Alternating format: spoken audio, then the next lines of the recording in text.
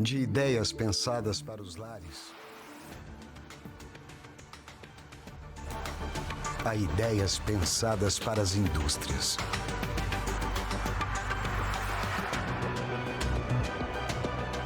Da geração de energia renovável a renovadas formas de gerar energia. De motores elétricos inteligentes a cidades inteligentes. De soluções para hidrelétricas power plant solutions, a soluções que usam menos recursos, less water resources for storage of energy in high capacities batteries, to the storage of data in the cloud, for network, for energy distribution, to the distribution of information through the Internet of Things, from products prepared for the soil to products prepared for the action of time, for in the presence in the field that feeds, to the presence in the field that vibrates, from innovation to preservation. We go deep in everything we do, bringing ideas which are increasingly more innovative, efficient and sustainable for the day-to-day of companies, of the fields and cities, and of people. This is the willingness to go ahead that the world needs to carry on evolving today, tomorrow, and always.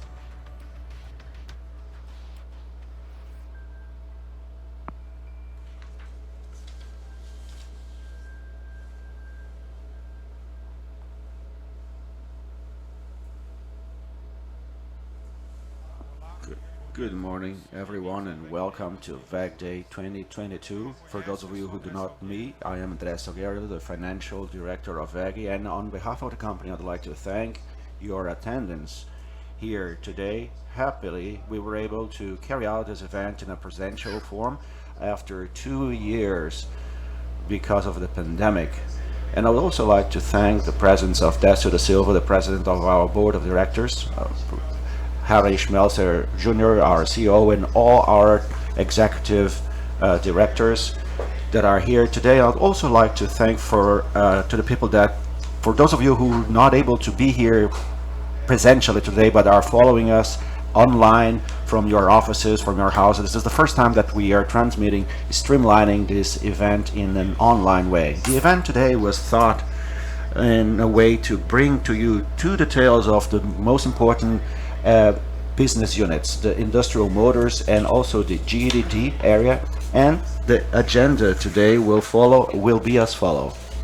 We are starting the presentations with Alberto Kuba, who is going to give us all the information on industrial motors, WEG industrial motors, followed by Manfred, who is going to present WEG automation and the recently created WEG system automation, and followed by that we're going to have João Paulo's presentation, who is going to bring to us the comments on the WEG Energy business unit, and lastly Carlos Diether Prinz, who is going to present the WEG transmission and distributions. After this full presentation, we're going to have a first Q&A session in which we are going to address the business areas of the company, followed by an interval, a little coffee break.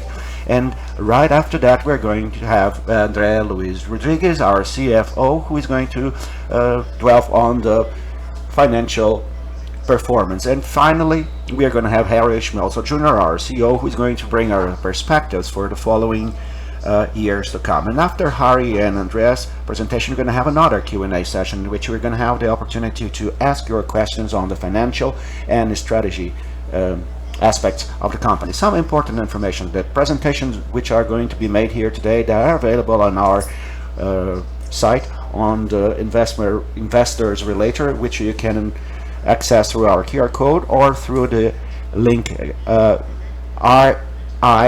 www.veg.net, and as I said, this event has been streamlined on the internet and is going to be available after, should you miss a part or something, especially for those who are attending online. So it's going to be available on our site for quite a few time. To start our presentation, I'd like to call Alberto Kuba to make the first presentation, and only to give you a context, everything that Kuba is going to present and in our vision and the vision of the market is within the industrial motors business unit. So have a good event, everyone.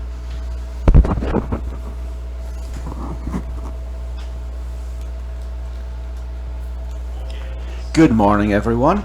It's a pleasure for me to welcome you here presentially, and welcome for those of you who are online. For those of you who do not know me, I'm Alberto Kuba. I am responsible for the Industrial Motors division. I work in WEG for over 20 years, and since 2020 I'm working ahead of this unit, this business unit. And to start with, I'd like to make a quick update on our numbers. We are present in 8 countries. We have 13 plants around the world. We manufacture over 3 million industrial motors per year, and today we have about a little bit over 13,000 employees around the world, and out of this 13,000 employees, about 4,000 are outside of Brazil, so it's a very internationalized operation. And when we look at our revenues, basically 80% of our revenue from the industrial motors division comes from abroad, and the trend is for this number to grow in given our international expansion.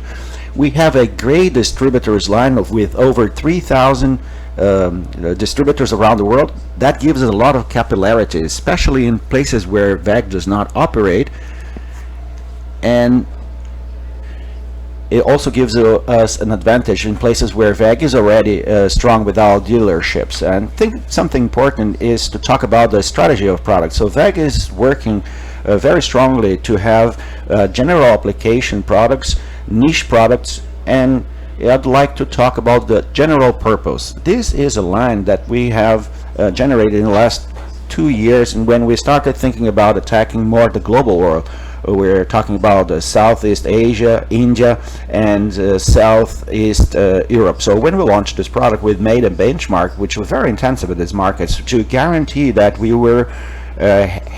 could have a competitive product to be successful in opening these new markets. We made this launch in March this year, and here we have something very important to mention, that this aluminum line of products with these 2 motors here is manufactured in China, and the cast iron motors that we have up there is manufactured in Brazil. So in a general way, we have brought together what's more competitive in the world, what's more competitive in Brazil, and we are taking to our assembly lines in India and Turkey to accelerate the gain in the markets. Here is also a very important view of the markets in which we want to attack, which is the medium voltage market. We've had a very intense work to have a medium voltage in cast iron motors that allows us to have competitiveness to work in key markets in the OEM market, and also this line here that we call the W60. For you to have an idea, about 10 years ago, when we were making motors for compressor, we would put it in like carcass 550, and all the technology that was developed, we made a same power with a much smaller carcass. So we have a line of products that is very complete in general applications to work in markets, to operate in markets in which you need more competitive products, or in niche markets such as medium voltage manufacturing companies, in which we didn't have so many serial and competitive products as we have today. We have a complete line of special products. We are increasingly having electronic embedded products, and what Harry mentioned in motion drives last year, he commented we're going to have this in the strategy as well as in products. And in this product here we have an incorporated drive which is already part of the product. We have other lines of products that also have an incorporated and embedded drive, and And our motion drive manufacturer companies are our main target. Other important aspects in our strategy that addresses the investments that we're making in the motors, electric traction. We are for buses and delivery trucks, and for that we saw that the launch in Jaraguá do Sul plant, and our idea is to be able to have higher volumes in as well when the market is ready. And we have a very big market now that we are investing a lot in products. Since WEG made the first acquisition in the reductors, drives, gearboxes, this product here specifically with that line of general purpose motors are totally aligned because of this product here, specifically for factory, for machinery manufacturers. And the WS50 line was launched last year, which is industrial gearbox application. So as the motors, the gearboxes in unit have more complex products from small to big, for mining, sugar and alcohol, ethanol application. So our line of products is very much aligned with our view of target markets that we are working. So what happened in the last few years? We have advanced in our market share during the pandemic. In 2020 was a very hard year in which the volume of sales of motors went down. 2021 was also a very hard year when we saw the produced markets. There was a drop in the sale, but in these two last years WEG was able to capture a very interesting number of clients, and we advanced in markets. If you evaluate the DHS media research with interact analysis research, you'll see that the volume of motors was smaller. However, we were able to capture a bigger market share, and many of the actions that were made, just for you to have an idea, in several different markets we have still a lot to grow in Europe, Eastern Europe, and here there are certain actions that we've made in opening new branch offices. Actually, we restructured the Italian branch office focusing on low voltage motors. We restructured our business in Malaysia and looking for the Southeast Asia, so that's to have a stronger action in motion drives. And we recently opened the Poland branch in our assembly line in Turkey to meet this market in Eastern Europe. We changed the reference now. We are making a interactive analysis study because we want to focus on the Pacific Rim countries, in which we have more detailed data in countries such as Indonesia, Thailand, Malaysia, in which we understand that we need to reinforce our presence because there are a lot of opportunities to be tapped there. And in a general way, that what we understand that we are marching in a very structured way in order to increase our market share, because we are now going to markets in which WEG has a limited participation, especially when I talk about Eastern Europe. Let me talk a little bit about what happened. Many questions that I answered yesterday were associated with the pandemic, and the pandemic brought to the surface a big questioning about the resilience and flexibility of the supply chain of the companies. So we have received a lot of potential clients or clients that already buy from WEG discussing how we can scale our partnership given the footprint of the company. So when we analyze the way that we are organized, the vision that for us to buy from global companies, not considering where it was produced, only analyzing the cost of the products, is being left behind. And companies are increasingly now looking for a nearshore location in order to buy things that are closer to where they are producing. And our global strategy for production has brought a great competitive advantage. I'm going to give you a few examples. We have an operation that is very strong in Mexico, that is increasingly becoming more strategic because of the presence in the American market, and because of the growth we had in the American market. Both the Mexican and the Brazilian market manufacturing plants have increasingly sold, and as the Mexican plant has the NEMA products ready made. They could supply the American market as the Brazilian were able to supply to Europe. When we manufacture to China, when Europe is scaled the volume, we had a lot of clients with supply risks. And what could we do? We transferred the production from China to Brazil in order because we could transfer the production from Brazil to Mexico. So back today, when we analyze the footprint, we have a best footprint for industrial motors in the world. These are products that you're able to interchangeability of plants because they are components. They have the similar components. And when our competitors look at the production, it always looks locally, and because of our footprint, we are able to mitigate eventual risk transferring the production from one plant to the other. And how are we organized?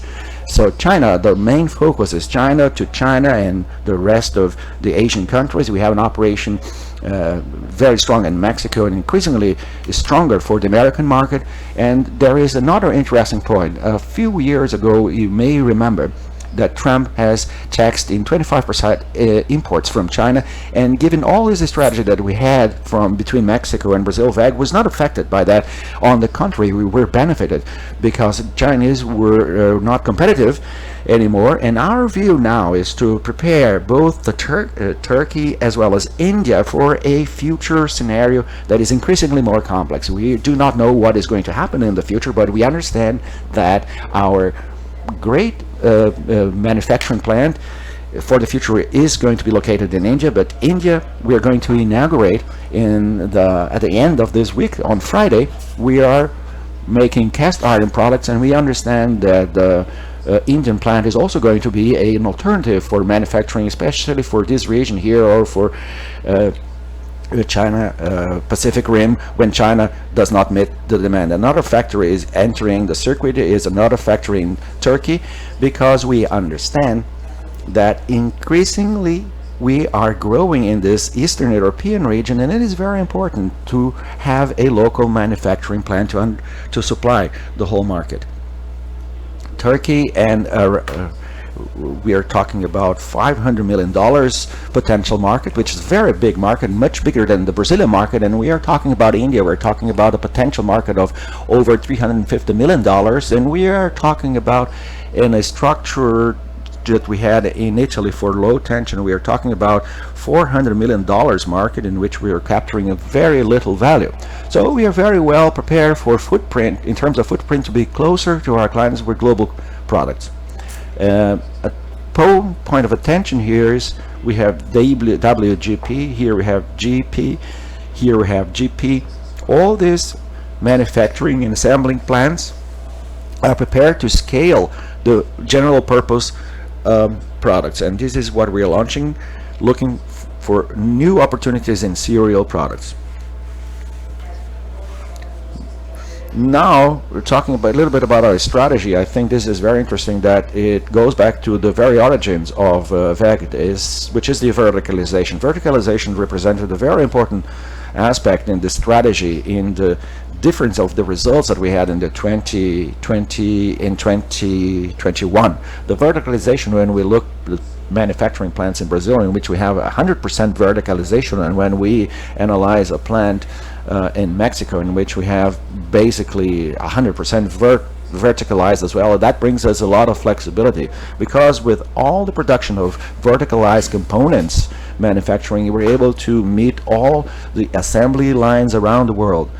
We had situations, for instance, in Brazil, we wanted to scale the volumes. We did not have cast iron, so we brought a cast iron from Mexico.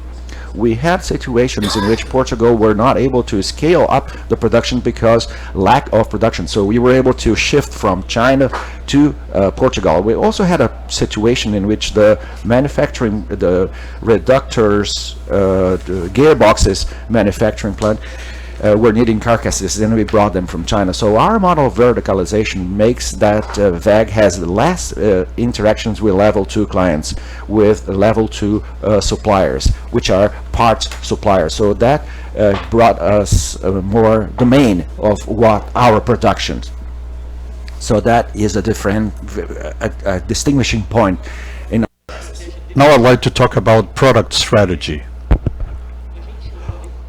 if you take a look at the very beginning of motor manufacturing up to the state-of-the-art production, we have always increased our energy efficiency. WEG has been working ahead in terms of efficiency standards, which makes that as the efficiency laws change and increase, we gain competitiveness.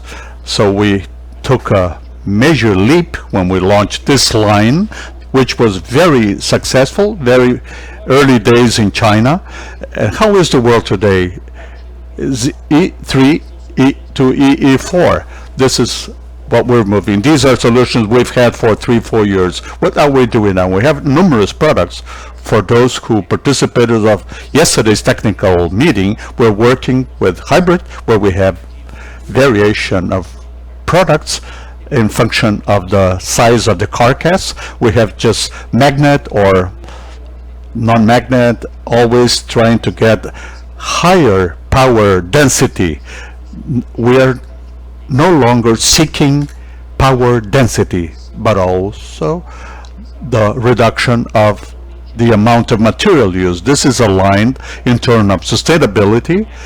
Reduction of material, the more efficient the motor, the less carbon emission there is, and the less material we use, the more sustainable the product is, because we use less natural resources to produce it.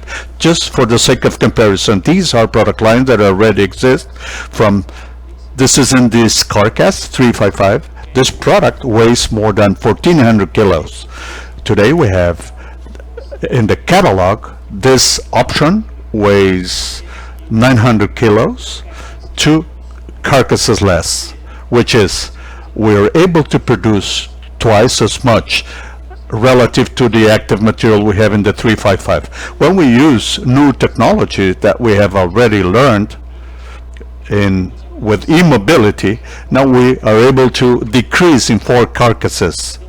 So the hairpin is an advancement coming from electric traction products.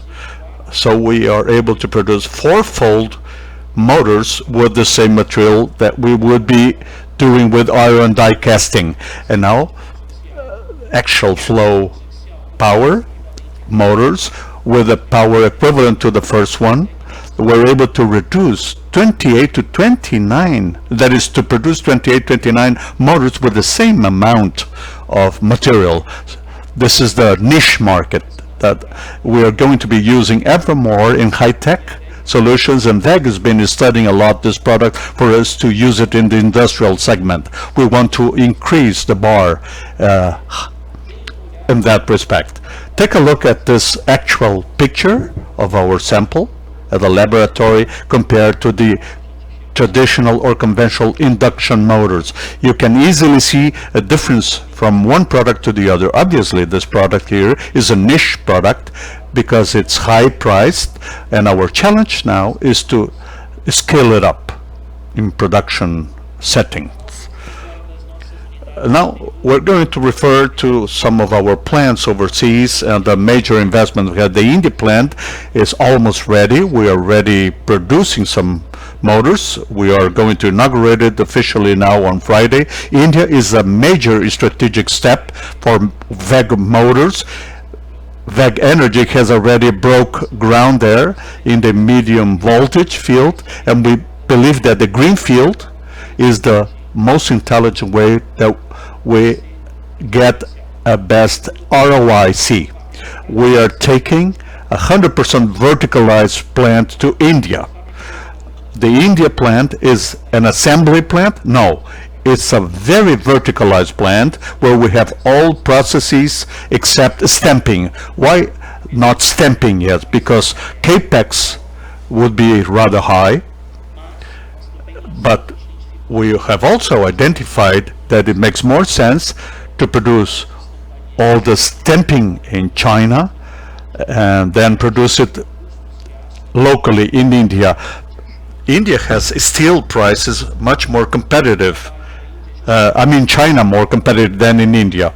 Now we continue to invest in more automated products, verticalized processes, for us to be able to capture all this increase in demand that the country has been having over these years and will generate even more in the future. This is another major step that we took in Turkey, and we're already exporting to Turkey, in fact. But in Turkey there's an interesting example, because market leaders are not the two largest WEG competitors.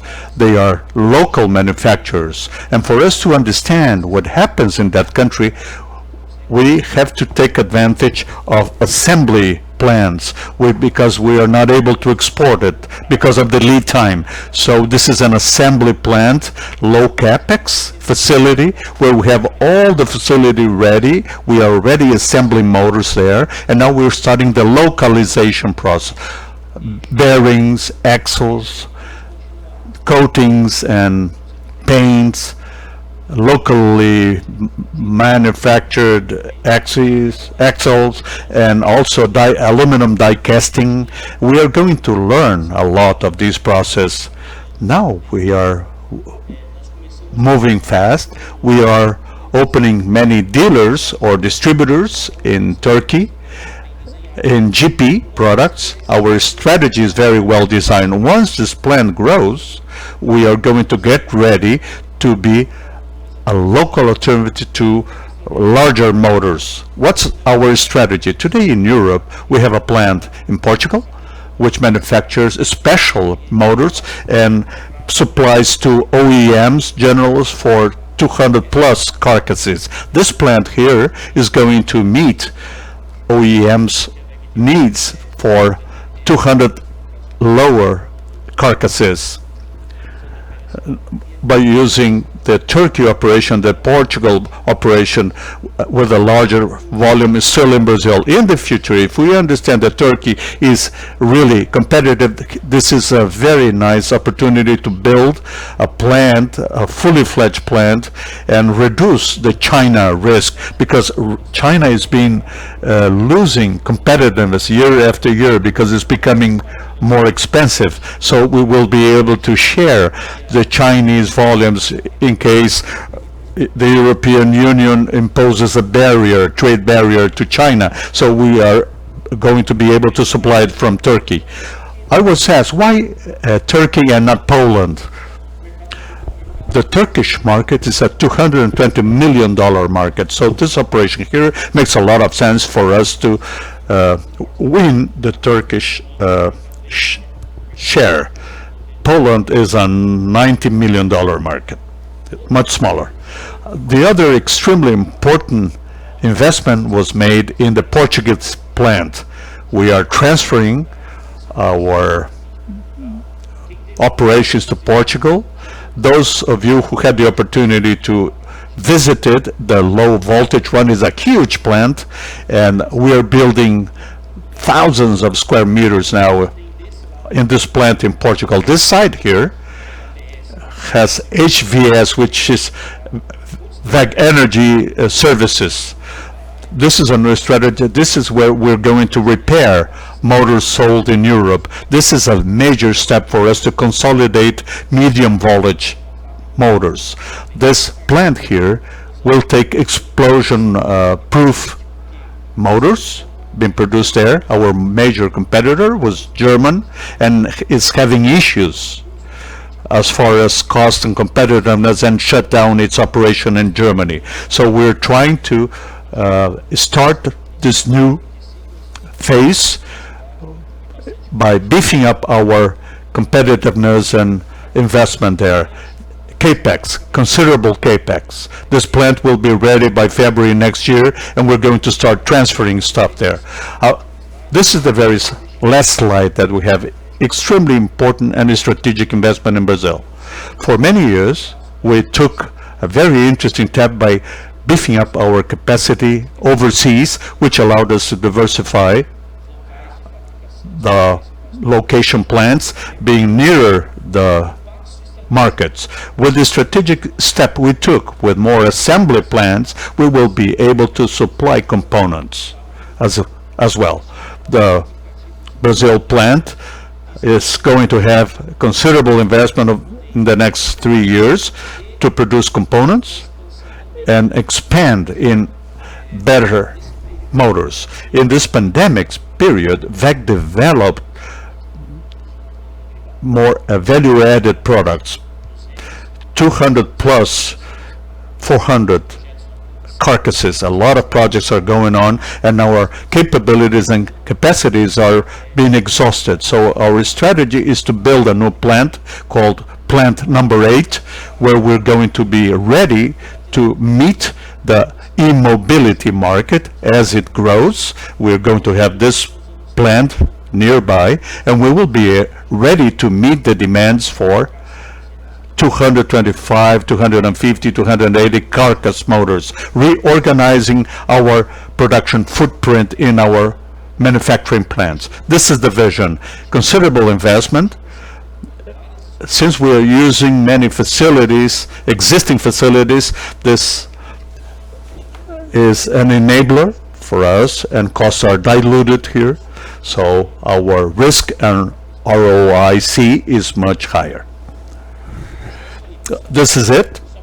Just to conclude and wrap it up, I understand that the verticalization model has shown to be really resilient in volatile scenarios. WEG has a competitive edge there through its verticalization model. The strategic location of plants are also a major advantage for our customers. We always invest regardless of a crisis or not, because we have a long-term vision, and our portfolio diversification is a major competitive advantage for our customers during this period that we have more opportunity. This is it. Time is up. Thank you so much. Thank you, Kuba. Now I call Manfred for his presentation. As I said in the beginning, WEG Automation recently in September has split. We have WEG Automation and WEG Digital System managed by Carlos Grillo. To provide some context, everything that Manfred will present here is within the electronic industrial, except for the solar equipment, which is part of the GTD line of business. Thank you.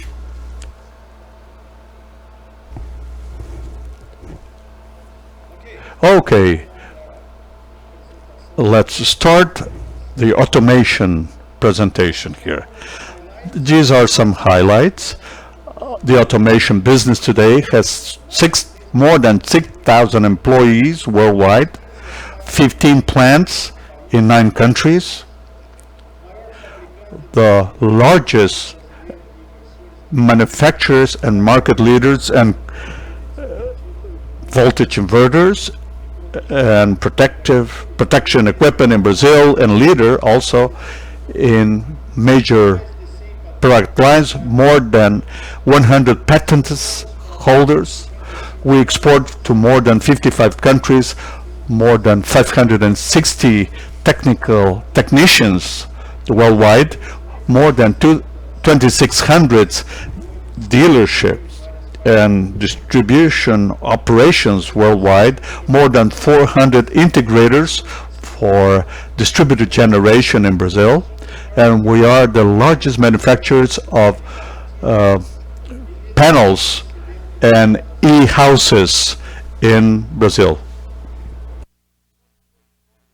Our portfolio is very extensive and could be subdivided into different categories, such as low and medium voltage drives, controls, and I will refer in more detail to each one of them. A specific line developed for infrastructure, solar energy, e-houses, e-mobility, and bringing it all together, we have digital business up there. Now, talking briefly about the drives.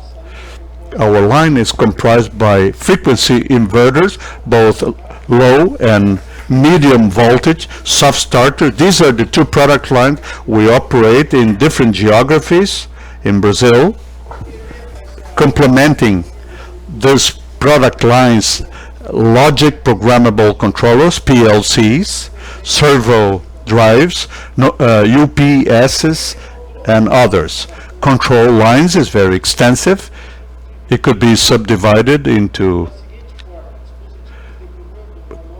command switchgear, servo drives, no brakes and rectifiers,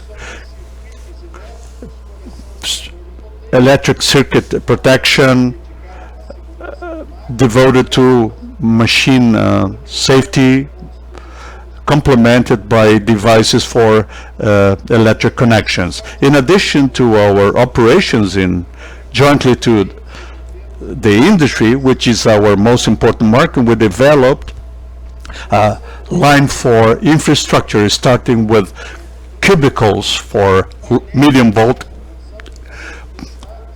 voltage panels, totally tested, used a lot in hospitals, bus bars, shielded bus bars for energy distribution, mini circuit breakers and DRs, and surge protection equipment. We also finishing with power outlets and circuit breakers and switches, and to complement our offerings, we are developing a specific line for comfort and safety, Wi-Fi and monitoring cameras devices.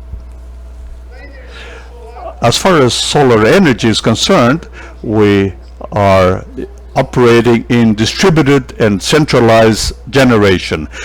In distributed generation, we have inverters for single-phase and three-phase facilities, hybrid with batteries. Someone asked me during dinner yesterday, this is just for off-grid operations. We are not able to plug it onto the grid yet, and this regulation is so going to be elaborated. Fixation structures, cables, and accessories. That is, we have all products to put together a full photovoltaic facility. Centralized generation, we have full EPCs projects, and we also provide equipment. Of course, we have central solar inverters, solar skids. We manufacture both the skid and the inverter, solar inverter. It could be also assembled on a solar skid where we have the panels and the transformer assembled on the skid. And to complement this offering, we have the energy storage, battery energy storage system that could be part of a solar or wind generation plant. Talking about the solar market now, install power in Brazil. This is the source, Anel Solar, compared to the power system that we supply. By adding up distributed and centralized generation, gives us a market share of 19.3% in Brazil. Analyzing the distributed generation figures this year, we are going to supply 33 solar kits through our integrators. With over 400 integrators all over Brazil, and analyzing here once again the power for the distributed generation with the value that we are going to supply in terms of power, gives us a 22% market share. Here is a question. I also spoke with a few of you yesterday. What changes in the distributed generation from the moment on that the law 14,300 comes into force? This law was discussed for a few years and finally was approved in all instances, and it will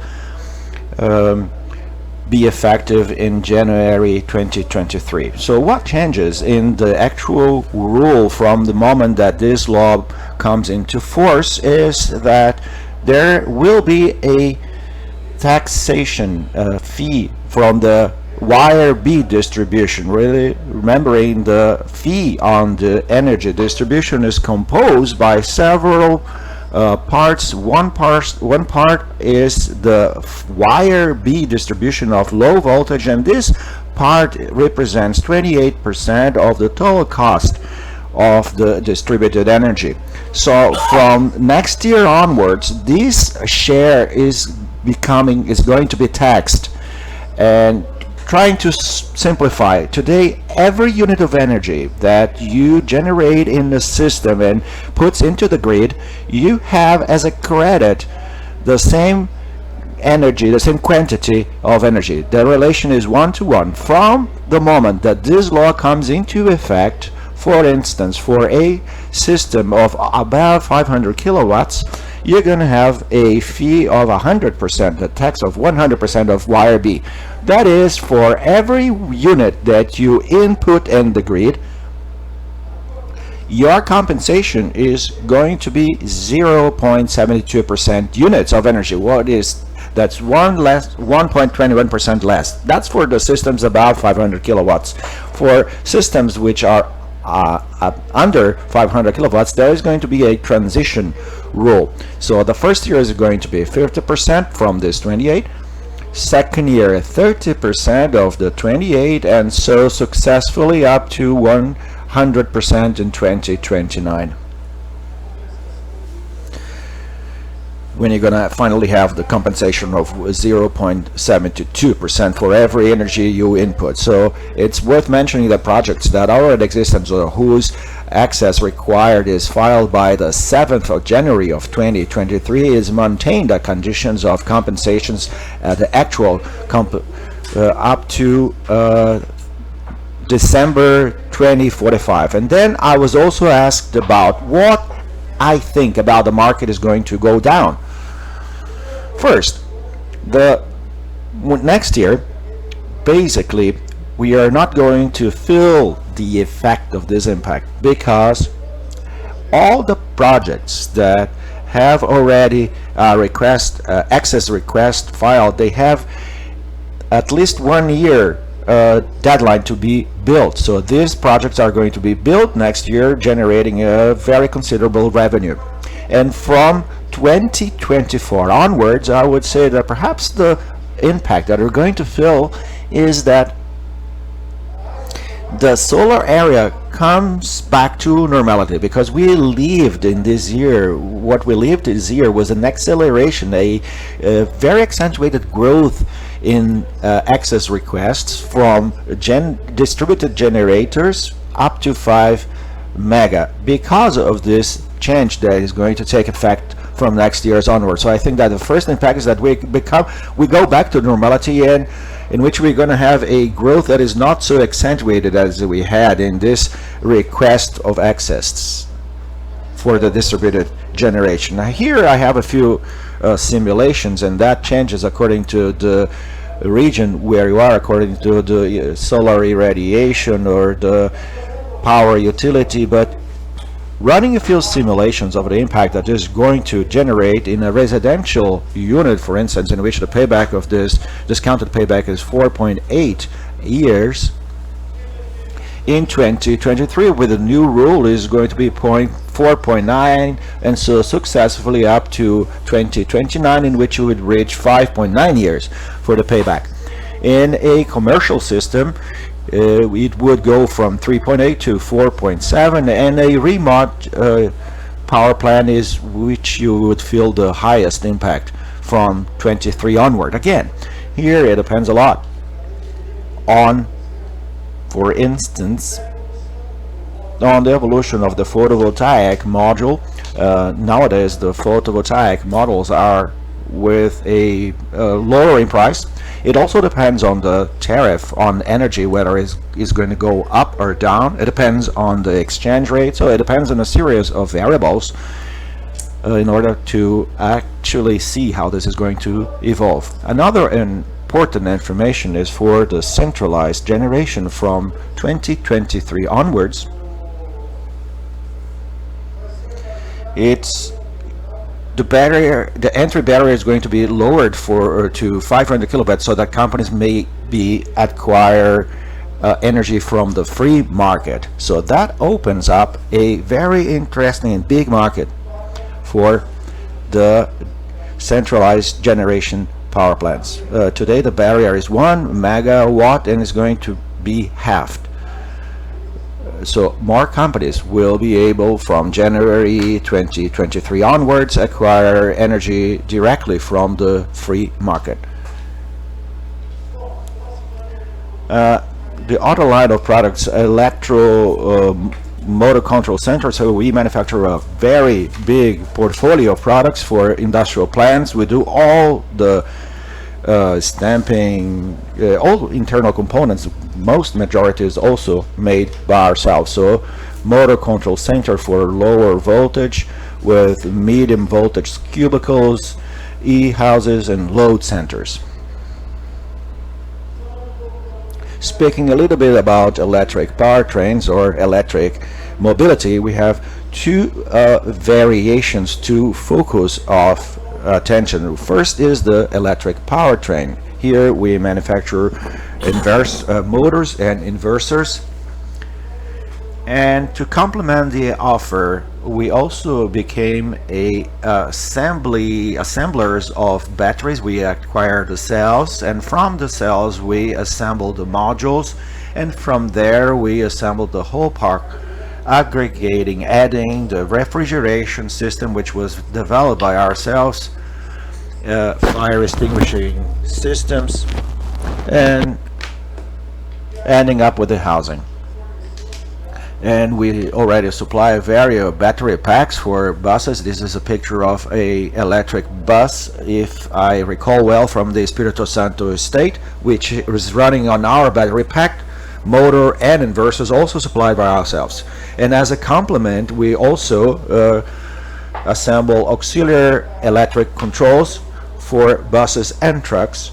For instance, for the compressed air for the braking system. Here's an actual picture, is the complementary the e-delivery truck for Volkswagen. So it has our motor, our inverter, and it has our electric auxiliary control. Here's another application, which is a Marco Polo bus, which also is running with our powertrain. And also within this mobility electrification, we have a strong participation in the naval propulsion in the marine segment. Another variant of the electric mobility is the recharging stations for electrical vehicles. Here we develop all kind of EV charging stations, slow, semi-rapid and ultra-rapid models.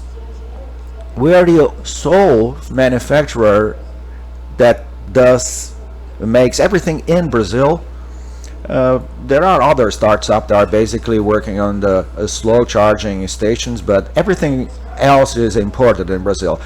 Apart from the hardware, which is the charging stations, which are manufactured by ourselves here in Brazil, we develop all the software that equip this equipment and the management system. Here we have also developed a smart charging system, for both software and hardware. And this is, for instance, when you have several charging stations installed in the condominium or in a shopping mall, and you have a demand that cannot be overpassed, you have install capacity that cannot be overshot. So it does the intelligent management of all these charging stations, limiting therefore the power to be supplied to vehicles according to the capacity, installed capacity. It's a intelligent demand control system. And to wrap it up, the offer part of WEG automation, digital business, all our products are connected or prepared for connectivity. We have created and developed a line or of hardware, the monitoring and connectivity layer here on the above layer, the PLCs and automation and control machinery, the manufacturing management system, and above everything else, intelligent artificial intelligence called WEG-nology. All hardware and software also dedicated. WEG Smart Machine, for instance, the software that have been developed by ourselves specifically for machinery manufacturers and so on. Our industrial footprint, we manufacture all our line of products in Brazil. In Brazil we have 6 manufacturing plants, panel and product manufacturing plants. We also assemble panels and inverters and soft starters of medium voltage in Colombia, Argentina, Mexico, in the United States, Portugal, and South Africa. In Spain we have a company that is dedicated to the assembly of panels. Here the focus is the machinery manufacturer that comes from a past acquisition. In China we manufacture also inverters, low and medium voltage drives, and miniature circuit breakers, which are building division equipment. In Italy we made recently an acquisition of an inverter for medium voltage, for low voltage. And speaking about this line of products, that is very important within our strategy for the motion drive area. Inverters, frequency inverters for lower voltage applications. These line of products, our revenue is very well divided. 50% is made in Brazil, and 50% of the revenue of this line of product comes from foreign operations. In Brazil we have a 40%, about 40% market share. In South America we have 10% market share. In Africa 17 actually, and in other regions our participation, our market share is small, which gives us a great opportunity to increment our revenues. Within this strategy of motion drives, to accelerate the process of internationalization of inverter productions, and one of the strategy was exactly to acquire the G-Fran company, Drive Motion, GDM, in which the headquarters is based in Italy. It's not an assembly plant, it's a manufacturing plant. It has all the stages of the manufacturing process, so you assemble as well the electric cars, you do all the steps of the manufacturing in this factory that is based in Italy. Besides, it has operations in Germany, Chile, and India. 182 employees, and it brings us an increase in our portfolio. Our actual portfolio is more dedicated to general purpose inverters, and it brings a extended portfolio with dedicated solutions for lifts, for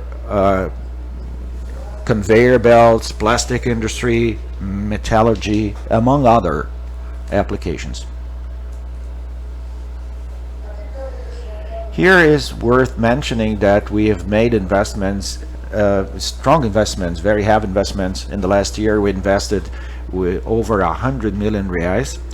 In 2023 we're going to invest even more in order to increase our productive capacity. So much so in our Jianta in China plant, the enlargement of our plant here in Brazil as well, and also investment, a very strong, a very heavy investment in machinery, fully automated machinery in our manufacturing process in order to increase our production capacity. And to wrap up my presentation, I am nearly out of time. The main strategy for the expansion of the automation area is to expand the low voltage drives through new developments and acquisition of the GFRAN drive and motion, the acceleration of the internationalization process through the synergic action of motion drives, to use our installed plants to join forces for selling the motor and inverters, to continue to advance in the industrial market with all the line of products, but increasingly to increase our portfolio in the electrification area, in the building and infrastructure area, the advance in electric mobility, in the electric powertrain, as well as in the EV charging station, and a constant expansion of our portfolio, be it hardware or software, for digital solutions. That was all. Thank you very much. Thank you, Manfred. I'd like to now call João Paulo to present WEG Energy, and the same as I mentioned in the other presentation, WEG Energy, in the market vision, all the motors, high and medium voltage, is within the electronic, industrial electric electronics, and the rest of the energy in the GTD area. Please, João Paulo, the floor is yours. Good morning, everyone. Can you hear me? I think you have to reset the timer here. Thanks. 1 minute's not enough for me. Well, it's a pleasure for me to be here in a physical presence. I'd like to thank your presence here as well, your attendance. I'll make a quick presentation on WEG Energy.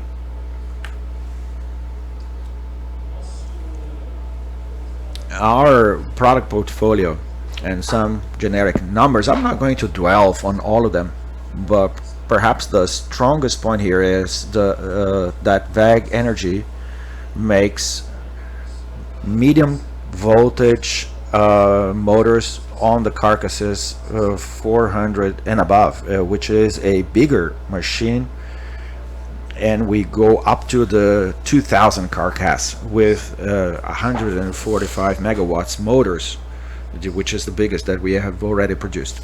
But also we have another portfolio of products, which is the hydroelectric power generation, the hydroelectric power turbines. We do not do the civil engineering. We do part of the construction. We concentrate only on the turbine and the generator and some valves. Also, we have about 1 gigawatt of wind turbines, installed wind turbines, the biomass generation with steam turbines, with a considerable presence in the American countries, and something that has been very interesting for WEG Energy in the last few years, the growth of the service area, in which I'm going to dwell a little deeper. Here is a brief picture of the products that we supply.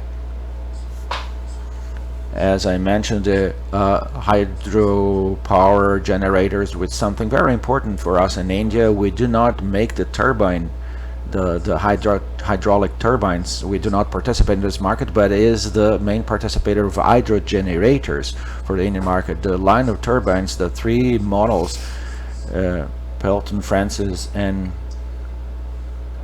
Kaplan. Thank you. A product that has represented an important part of our revenue is the synchronous condenser, specifically in the US. We have already taken 2 orders there. We have now 2 more good perspectives. For Canada, we already have some projects in Brazil, and later on I'm going to delve into this, because this line of products may represent much more businesses for WEG in the future. Our industrial footprint Evidently, our largest plant is here in Brazil, in Jaraguá do Sul. We have another plant in Minneapolis, which was an acquisition that took place 11 years ago from GE.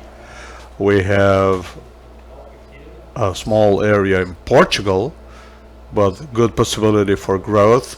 We don't have manufacture of those items in Europe because we recently started that, and now in Portugal we are expanding this plant in Portugal for us to be able to capture more market share in the services area, both WEG motors and generators and competitors as well. A small assembly of steam turbines and generation kits in Nuremberg, Germany, an acquisition with TGN chemists that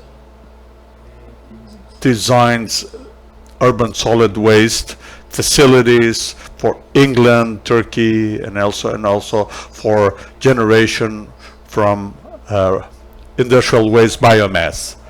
Our plant in India was built 10 years ago, almost 11 years ago, greenfield. You've seen a picture of it. It's been growing a lot in terms of market share.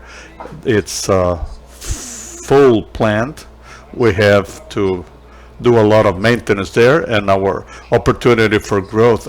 China accounts for 35% of these items worldwide. So if we are outside China is not an option.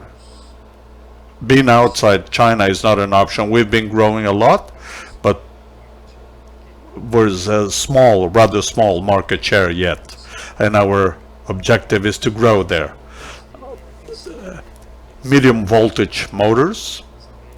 In the Americas, we have a good market share as well as in Europe, but in the Asia Pacific region, where we have the largest market, China, requires a lot of focus and attention there.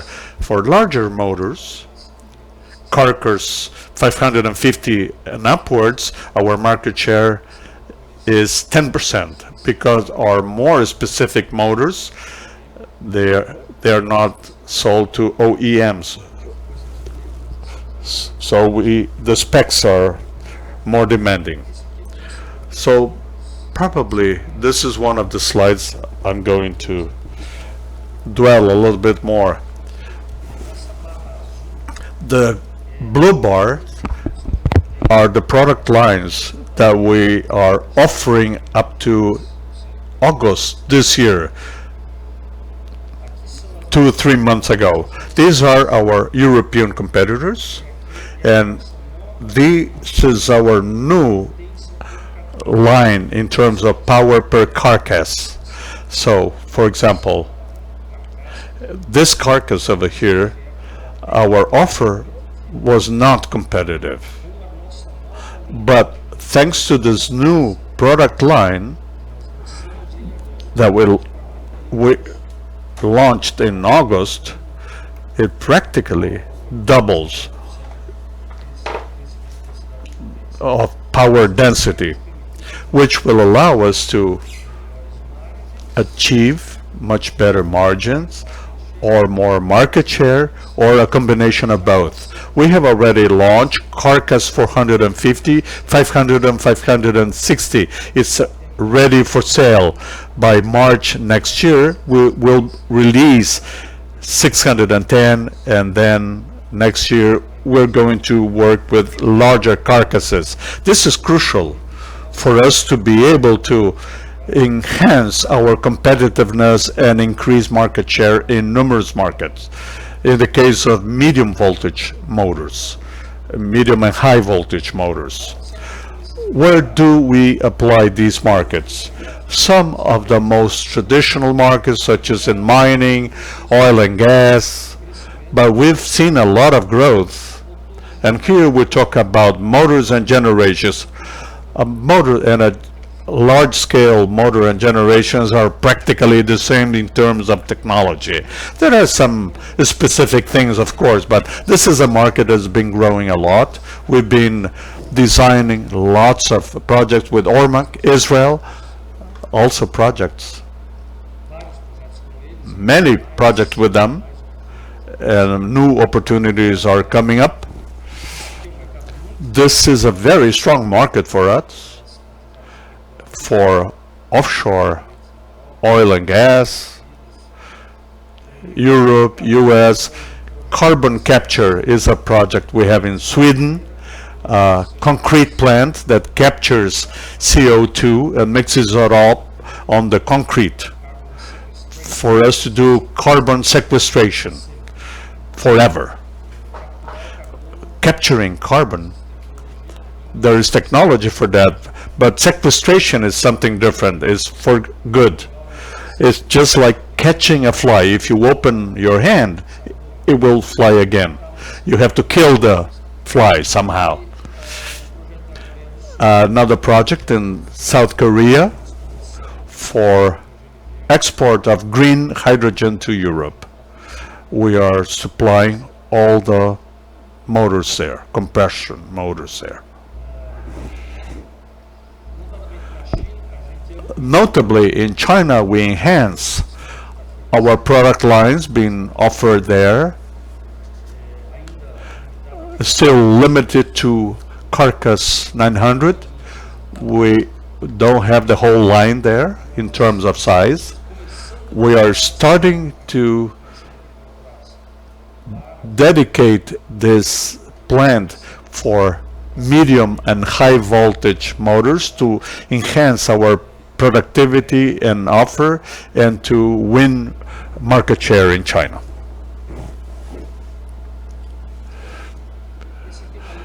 This is an interesting line.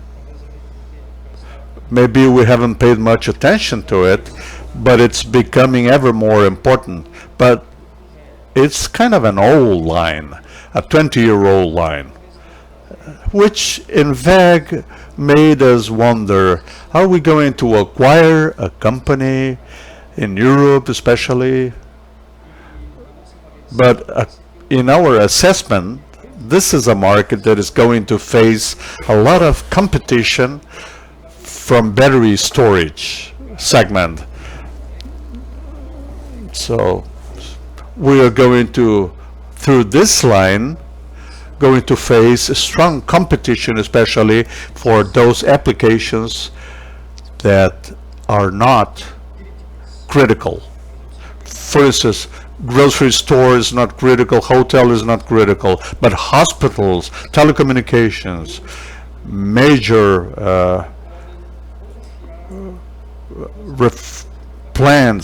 reefer plants cannot rely on battery storage. Can you imagine an ICU at a hospital? It has to continue to operate. It cannot rely on battery power. So instead of investing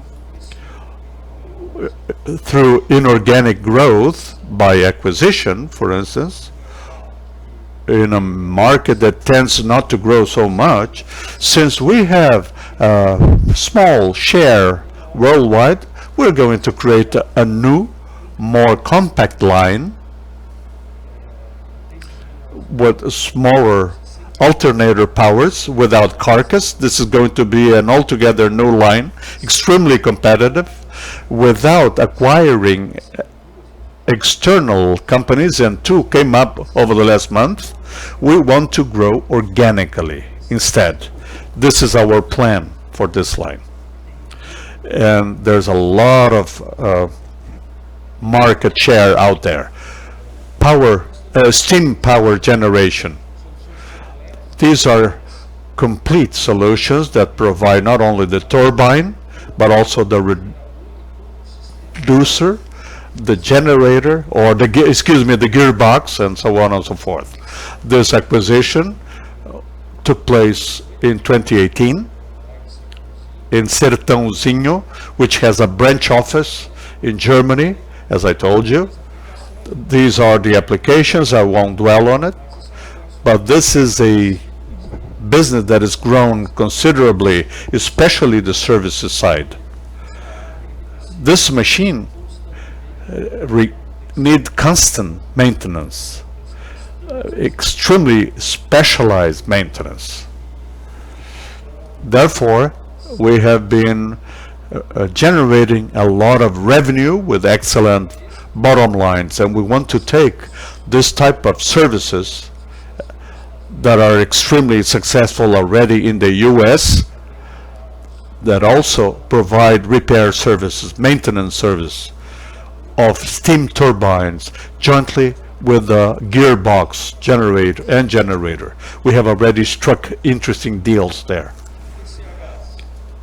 Hydropower plants. This is the picture of the largest hydropower plant we supplied equipment for, 500 megawatt equipment, São Roque power plant, hydropower plant that had a major delay in the construction, but it was concluded earlier this year. We have already delivered the 50 megawatt generator. We didn't supply the turbine, just the generator for hydropower, low rotation, and despite the power is not so big, the machine, the piece of machinery is big, and it's a relatively small piece of machinery. And this is just to mention what we've been doing as far as hydropower plants. This is, we're going to enhance our services and products through consultants from Austria, Germany, to increase our competitiveness. There are smaller competitors in Brazil that make very aggressive offerings. Therefore, we need cutting-edge technologies here. Wind power turbines. This is a product, and this is the number of equipment we installed from 2014 to 2018, 2019. Well, there was a hiatus between this product and this product here, launched, but we have a full plant full of orders. By mid-2024 is all taken to provide the service. And more recently, you've heard that WEG announced in August the largest offshore wind turbine worldwide, a 7 megawatt, and a European manufacturer announced a 7.2 megawatt wind turbine. This is going to be a change in technology. The generator is a very heavy piece of machinery, expensive one. We are here making a technology shift from direct drive to middle speed, which is the technology of the future. For wind turbines this big, there are two medium speed and high speed technology ones. The high speed ones have smaller reliability because of mechanical issues. This development has been done jointly with engineering teams in the US, our engineering team here in Brazil, and the numerous WEG divisions, our engineering team in Germany. We signed an agreement with BioWind, a small wind power engineering firm, very fully fledged and highly skilled engineers in wind turbines, and our India team as well. This is just a rendering of how this machine looks like. This is the speed multiplier, an extremely compact generator, permanent magnets, and the rest is similar to the current technology ones. In India, and this is the expansion that Kuba has shown us. This is the new WEG motors planned to be inaugurated on Friday, and this is the WEG Energia, inaugurated in February 2011. That is 11 years old. Therefore, now we are expanding This plant is 300 meters long.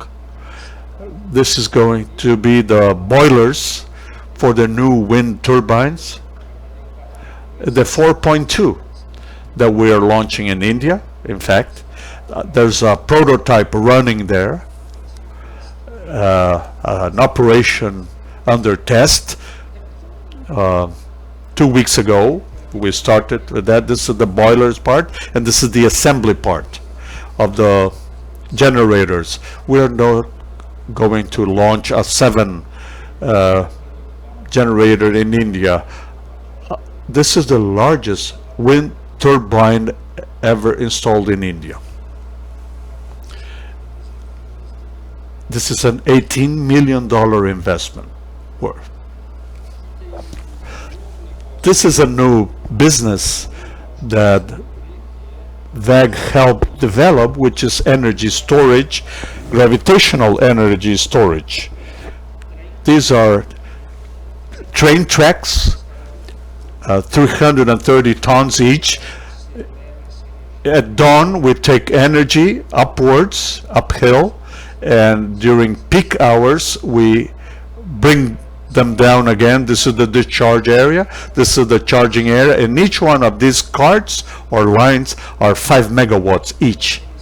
We provided the first system in July. It's been installed near Las Vegas by a company called Aris, which is our partner in this project. We are making the proof of concept. The difference from this system to a battery storage system is that we're able to store a lot of energy for a utility scale. That is a GTD with a relatively low cost compared to battery storage system. 50% of storage costs relative to battery storage. This is the synchronous compensator. We have already supplied a Johann VGA to Electrosol. We are now providing or supplying 2 more in a deal that was struck 3 weeks ago. This is a version power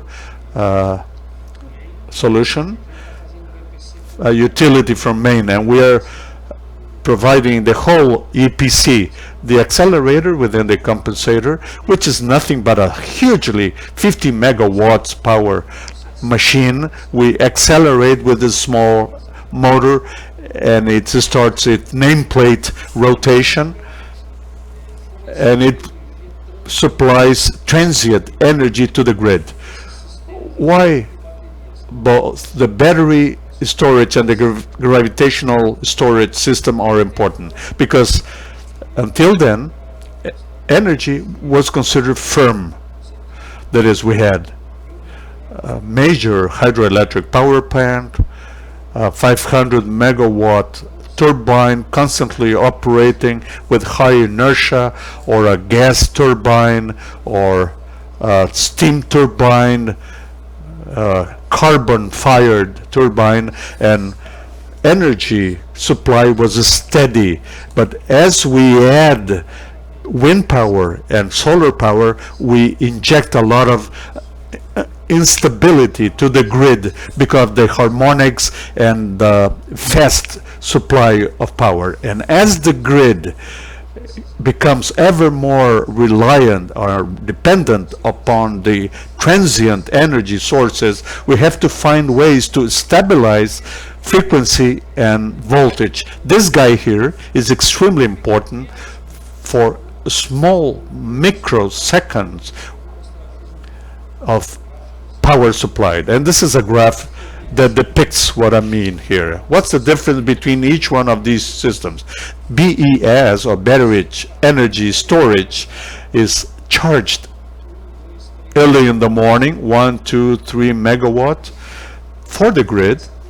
This amount of energy is nothing. This is a medium-sized company. But for power and voltage control, this is extremely important. So we charge it from 1 to 4 a.m. and at peak time of energy consumption we discharge it. In the meantime, it controls frequency and voltage. This is a very simplified explanation, but I just wanted to show you the difference between those two systems. This is the loading time or charging time, frequency and time, and during peak time it discharges or unloads. The gravitational compensators takes a long time to charge, but also are much more resilient, and the synchronous condenser provides a lot of energy. This is a graph where I'm going to compare the features, most important features of the three of them that are totally different but extremely important for the grid.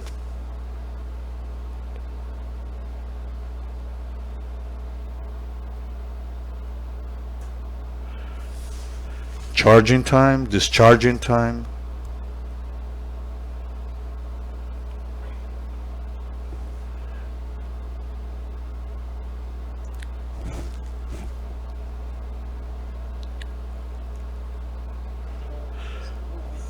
So battery storage is for short periods of time, 3-4 hours.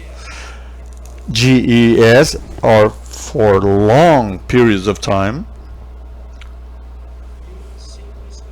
And synchronous condenser, very short periods of time, microseconds, but every single time.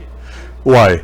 Because when the generator or the condenser decelerates, it starts losing frequency, so it doesn't have much time, and it creates a different frequency from 50 or 60 hertz, so it loses speed and continues to consume energy from the grid to speed it up. So these are the three technologies that WEG provides solutions to that are going to be extremely important for the grid. And to conclude, right on time, WEG Energy capacity and global manufacturing capability and flexibility, minimizing uncertainty. Some important segments such as mining and wastewater driving demand for high voltage motors. SEP Mega is a wind turbine platform that we intend to launch in Brazil but move elsewhere to other markets, important markets such as the US and occasionally India. Hydro power generation, we have done some business overseas, especially in generators. Our renewable energy solutions, WEG today has a generation portfolio based on renewables solely, some new business lines, green hydrogen, and we've been studying some solutions but are yet to define what to do precisely. Pump storage, solid waste and geothermal. We are doing now the proof of concept of pump storage and services. And Opta, we invested recently, and TGN Kennis to expand the building to provide turbine services, especially non-WEG turbines, maintenance and services and repair. Same thing in the US, and this has been generating a lot of revenues, considerable revenues for WEG, and we will continue to invest on this business. Thank you so much.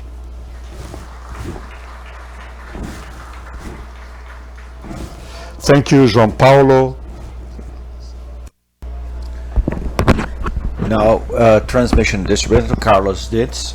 Here, Carlos is within the GTD as well. Please, Carlos. Good morning, everyone. Let's start this presentation then. Our transmission and distribution unit.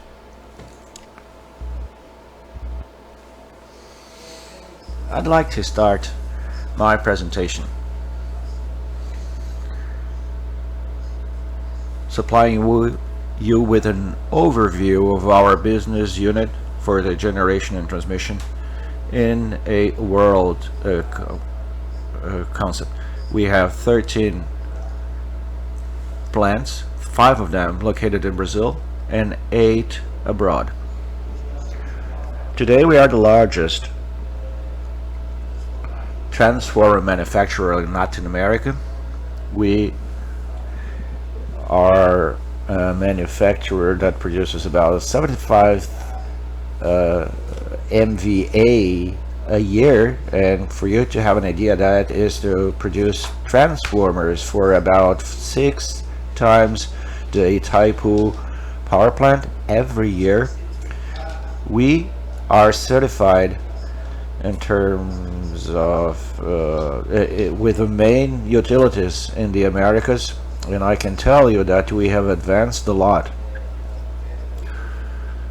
in the US utilities. So nowadays we are certified in all of them. We are accredited by all of them. Also now in the United States we have about 4,600 employees, and about 1,700 are working abroad. We are the Brazilian leader in mobile solutions, speaking both about skids as well as the portable substations. We have about over 550 substations, up to 500 kilowatts under operation, and most of them in outside Brazil. And I'm going to show you later our portfolio in our strategy for operation, where we are also building substations abroad, and we have a very wide service network. And when I speak about this service network, when we besides our dealers, our commercial representatives, our commercial structure, I always repeat that we are the only manufacturer, the only Brazilian and Latin American manufacturer that has a technical service network that is trained by the company under its own technology for both emergency and transformer, but also in the assembly, supervision, or bring into operation within good operations our own products.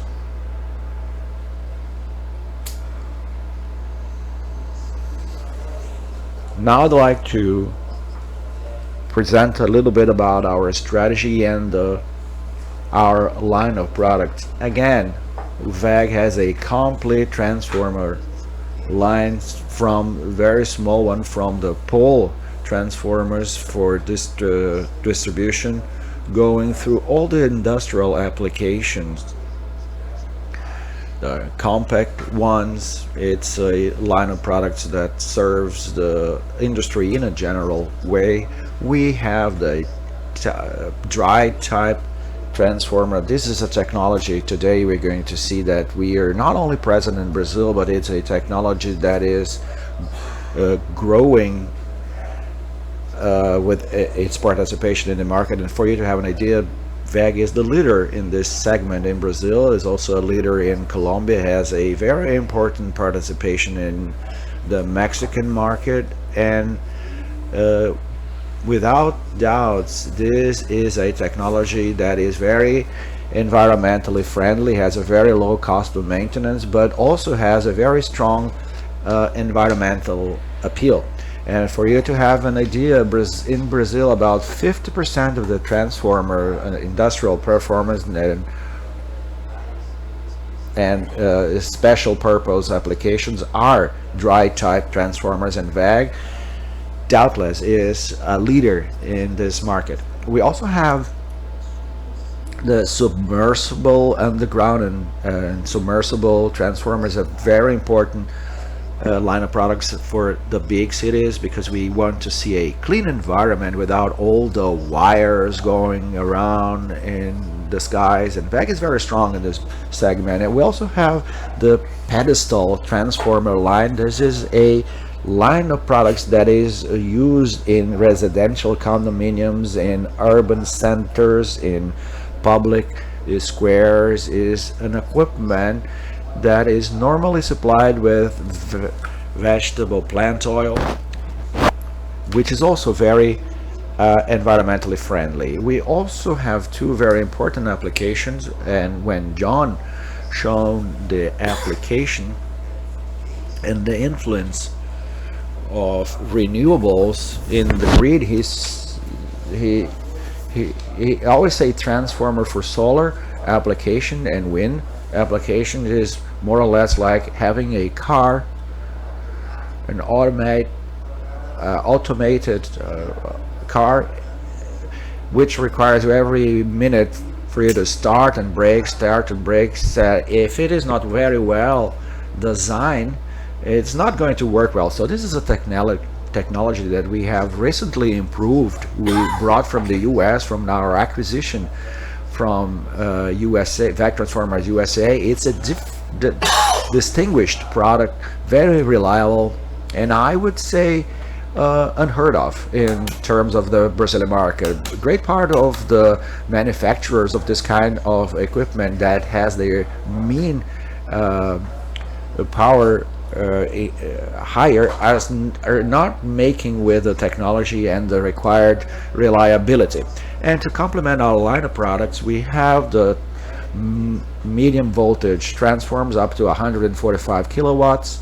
Here WEG has a very important market share, very significant. In Brazil is the leader of the market, and also the gray transformer up to 5,000 kilowatts, 550 kilowatts. We can see that we make all the line of transformers, and we are the only manufacturer in Brazil that has this complete line of products. All others have segmented in different segments, different areas, but WEG offers a whole and complete line of products, which is very important in terms of technology, in terms of product portfolio, but is much more important for our clients, because clients that buy the distribution transformers are the energy distributors. They buy our power transformers, so we have a very complete line of products in terms of transformer to supply our clients wherever in whatever market they are.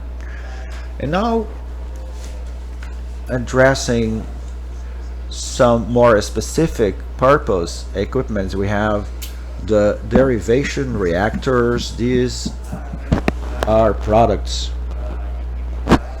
to equilibrate the reactive energy in the line of distribution. This shunt reactors was developed specifically for the energy auctions that was launched about 4 years ago, and we have all the special transformers for forum applications, especially for foundries.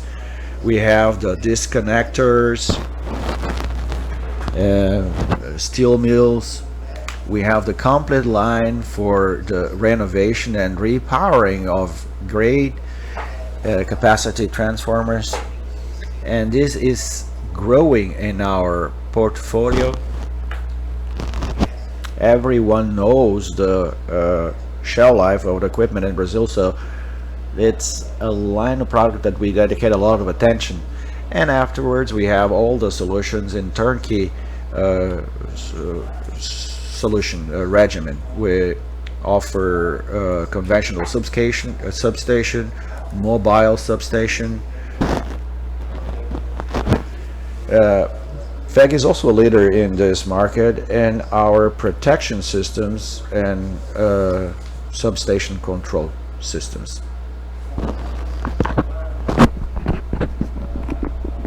Now moving on an update of our industrial footprint, and I am going to take advantage of this slide here to show you a little bit of our strategy. And in the US, I'd like to tell you how we are structured. We have 3 manufacturing plants, and there we manufacture transformers up to 60 MVA, 161 kilovolts. But here the strategy is distinguished. We have in the US market these 3 plants, and one of which, the most recent one, is dedicated to supply the big utilities in the United States in the powers that we call the distribution power. So that is a extremely automated manufacturing plant, and it makes transformers up to 3000 kVA. For you to have an idea, we manufacture in this plant about 150 transformers per week, and in talking about 1000 kVA, it's about possibly one of the manufacturing plants with the highest capacity of production in the United States. And as I mentioned, it supplies the utilities in this with this line of products. Then we have the second plant, which we call the specialty transformers, in which we produce all the transformers for renewable energy. So it's a dedicated plant for transformers to be used in solar and wind energy generation. This line of transformer is helped by one of the Mexico plants. We have a line of production dedicated to wind and solar energy generation, all with the technology of WTU, WEG Transformer USA, to meet the demands of dedicated to the renewable energy production. And then the third plant in the United States, it makes mid-power transformers up to 60 MVA, 161 kilovolts, meaning basically the utilities and the municipal distributors in the United States. And in Mexico we have 2 plants. One of them, as I mentioned, it meets partially the demands of the US market on the renewable energy generation, and this park also supplies the power market in Mexico. And the second plant in Mexico, which is the transformer, the high load transformer, it supplies the US market, especially for the big utilities. And if the question has not come up yet, it will, because with all you speak about the US and the future grid that is going to be built in order to distribute all this solar generation from the west coast to the great urban centers, the WEG in the US today, as you can see, example of WEG in Brazil. In Brazil, we participate in all energy auctions. We are present in all the distribution business, and in the US, we still participate in what called a sub-transmission of energy, which is the transformers, the lines or transmission of 138 kilowatts and 230 kilowatts. We are now supplying in 450 kilowatts. That is WEG within its strategy. It's getting ready for an effective business in the transmission sector, also in the US. And for that, perhaps, and I'm going to show you next, for that perhaps WEG is the best prepared maker or manufacturer, because we have plants in the US. That is, we are an American company with all the technical support, with the competitiveness of Mexico. Moving on in our industrial footprint, we have a plant in Colombia as well, which makes transformers up to 30 MVA in 72 kilovolts, and here basically to supply Colombia and the Andean region. And in Brazil we have 5 plants with transformers, making transformers up to 500 MVA with 550 kilowatts. And in South Africa we have 2 plants, and one for smaller transformers for the distribution area, and the other one for transformers up to 45 MVA, 145 kilovolts. And our main client is WEG, which is one of the greatest generators in the world, that has recently launched the plan, which is very important to develop the electric sector in South Africa. Now, moving on, our market share. WEG today is number 1 in the Brazilian market, and it has a leadership role that also plays in Latin America as a whole. I divided the Americas into 2 regions. In South America, today we hold 23% of the market share. We are market leaders in Brazil. In Colombia, we are market leaders in dry type transformers. In North America, we hold approximately 6% of the market share.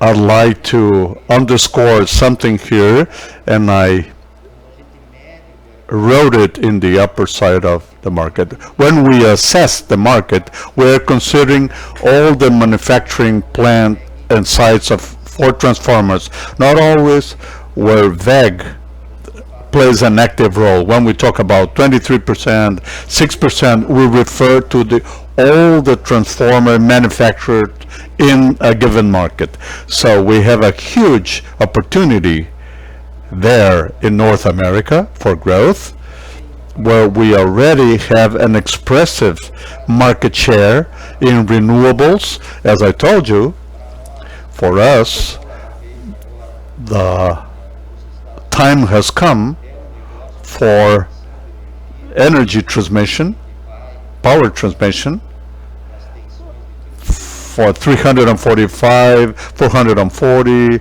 and 550 kV, which are the voltages where the new grid is going to develop. WEG has the technology for that.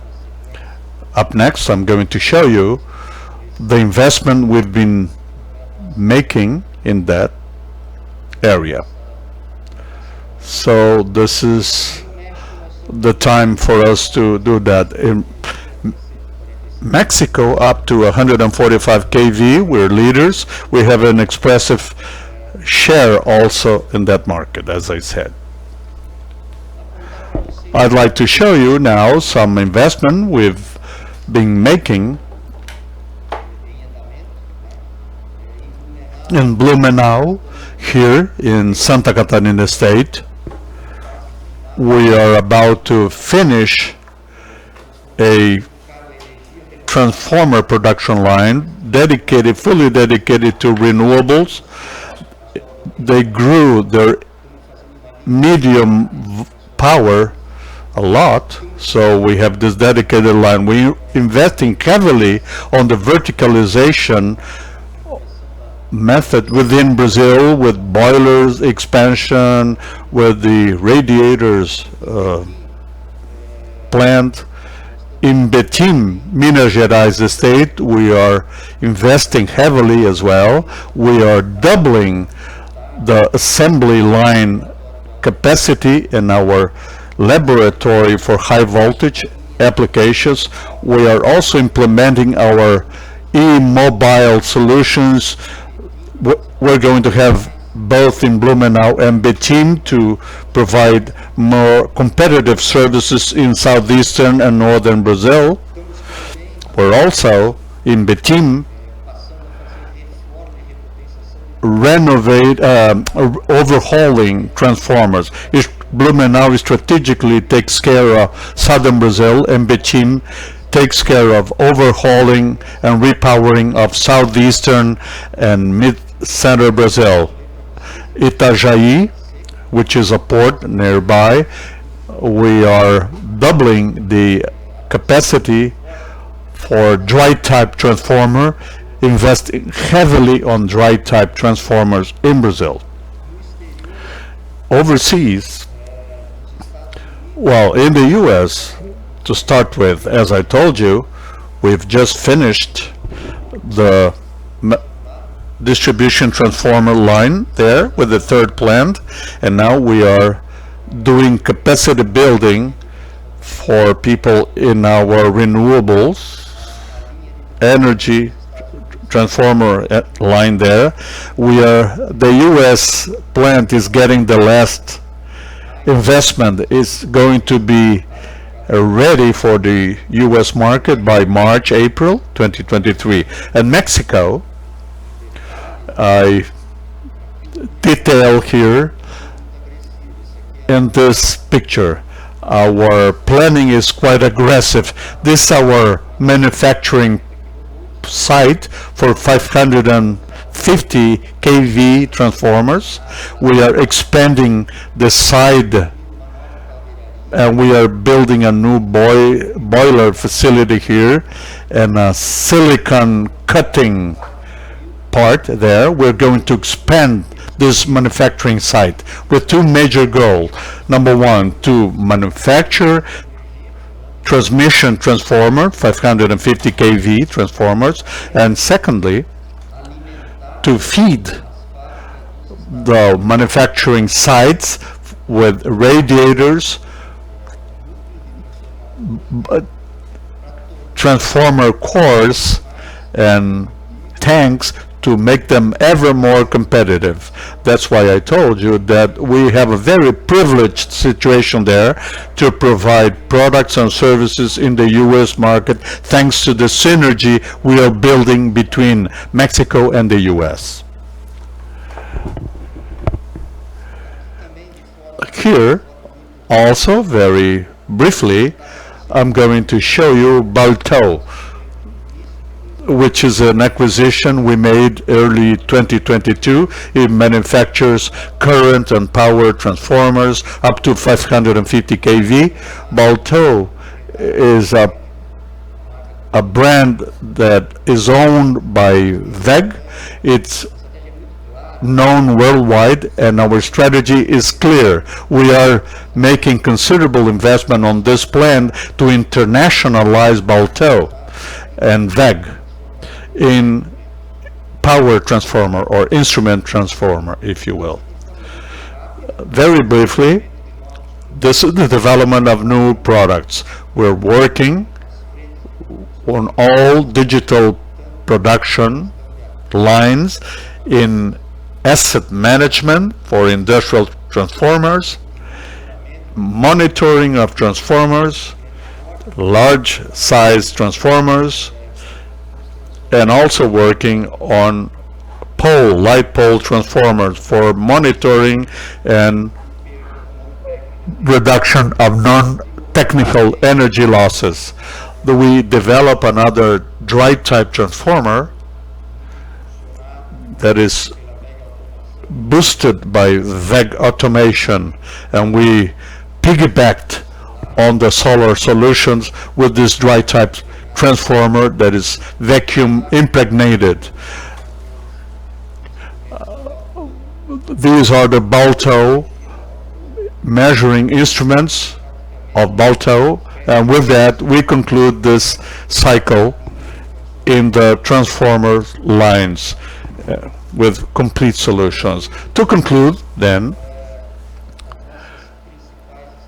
our most important growth strategies in the foreign market is to keep focus on the Americas and sub-Saharan Africa, taking advantage of opportunities that I told you about.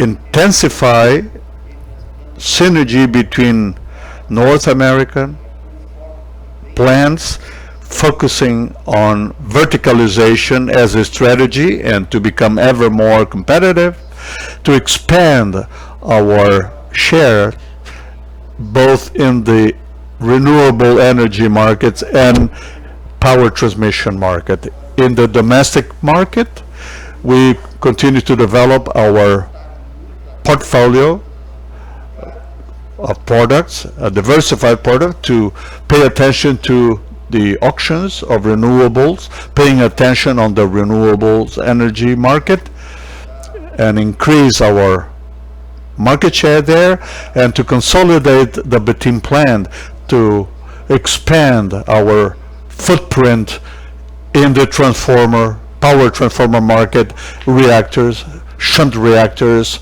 and other mobile solutions. This was my presentation. Thank you for your attention. Right on time. Thank you, Carlos. You can stay here because we're going to start a Q&A session right now. I'm going to invite Kuba, Manfred, João Paulo for us to start the Q&A session. I would kindly ask those who are going to ask questions, please raise your arms. We have the roving mics here. We're going to take the microphones there for you. And during the questions, please identify yourself, giving your name and the company or organization you work for. That would be fine. So let's get ready, and mics are ready. Therefore, we're going to start.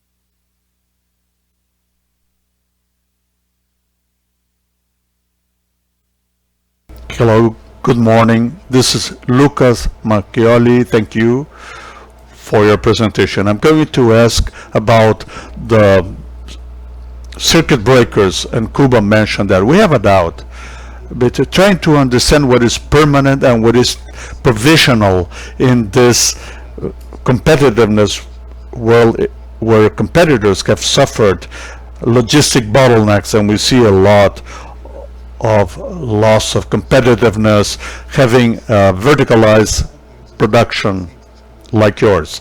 Now, in a conference call, they started mentioning that are getting more components and the logistic bottleneck is fading away. I understand that you are at a different level, totally different competitiveness level, but the world gets back to as business as usual.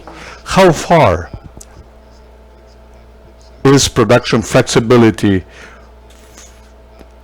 now? You can have the same competitive levels like the ones in Europe. Okay, thank you for your question. I think that in general terms, what we have to understand is the following: the speed in which the commercial area is moving, especially in Europe, and we have markets in Europe like Germany, where it is extremely different for WEG, for a new entrant, to knock at the doors and open up this market. Our engineering and the engineering teams are reluctant to admit new entrants, new incumbents. New opportunities came up during the pandemic because our competitors were unable to provide the products. So this helped us open up new markets. Now we are working for this to consolidate. So all the customers, the new customers that we had the opportunity to capture during the pandemic have tested our product. Now they're applying our products. Now we're going to be able to transform an opportunity into a solid market in the future. As you said, the supply chain is getting back to normal. Deliveries will be normalized, regular. But one thing that is going to happen, and is happening as we speak, is we have more business with OEMs, and we are talking with major global players where WEG had a relatively small market share. Many of them are looking for us, and they're not asking if we have an operation in China or India. They want operations nearer the US or Europe. Even if our competitors are able to meet this demand under normal situation, our footprint is more flexible and resilient for future logistic issues. So with the capacity building that we are having worldwide, we'll be able to capture more business opportunities as we've been doing over the last years.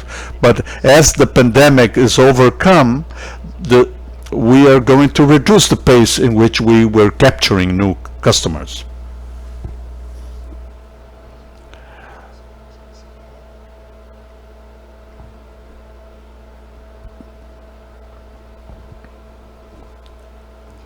Good morning, everyone. Pedro Fontana from BDI. I'd like to explore e-mobility and what's the strategy that WEG has concerning that. Will you continue to operate in a specific niche? Is this a natural pathway for this business line that you have? E-mobility. We have two variants, so to speak. One is the electric powertrain, and the other one are the recharge stations. And the electric powertrain, we have the inverter, the motor, and the battery packs. On this segment, the electric powertrain specifically, our focus right now is on buses and trucks especially. This is the demand we have in Brazil, and the focus is the Brazilian market right now. There are other applications in marine applications or naval applications, which are a new line or revenue line. Can we do it for other vehicles? Yes, but the demand we have right now is for buses and trucks. Therefore, we are focusing on them. Other geographies might come up, yes, but this is our focus right now. We are testing this here in Brazil and then check other opportunities out there. As far as recharge stations are concerned, we have already sold in other countries small numbers of those recharge stations in South America, in addition to Brazil. And this is a product line that we are preparing ourselves to be able to sell worldwide, except Asia. It has a different connector standard. But the product is getting ready. We are certified for European Union, and up next we're going to have the certification for selling it in the US. IEEE.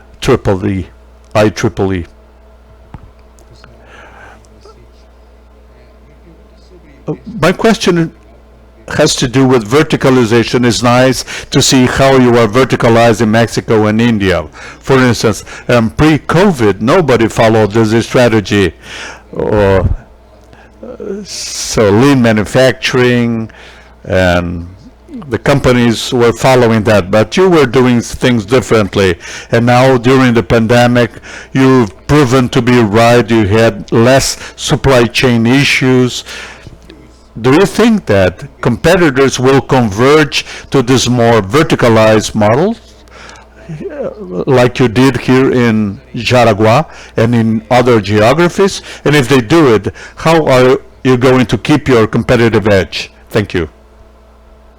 What we've seen is a trend in major players that to move towards markets where market growth is higher. The motors market has very small organic growth possibilities, so we understand that our major competitors don't allocate a lot of capex, but on those that have much higher growth rates. We don't understand these movements is going to impact us. We do understand, however, that WEG is very well positioned both in Asia and in Mexico to meet the demands of China, Southeast Asia, and other markets. And now, with the expansion of our operations in Brazil, in Turkey, and Portugal, we'll be even stronger to supply and provide products and services in Europe. What we see is regional competitive. Our concern is not verticalization and lower cost, but to have optimized products, to have low cost enough and competitive enough to sell in Turkey, to sell in Poland with good bottom line. So when you understand that, even though you want to verticalize, this is something that takes years. See what happened in China. We had a high capex invested in China. When I moved to China in 2010, a lot of outsourcing of components was out there, which is the Chinese model. That was in 2014. The Ugao was built. So to verticalize has to be long-term strategy that takes years and years. We are very well positioned both with an interesting manufacturing strategy worldwide and competitive levels that allow us to play fairly with any competitors worldwide.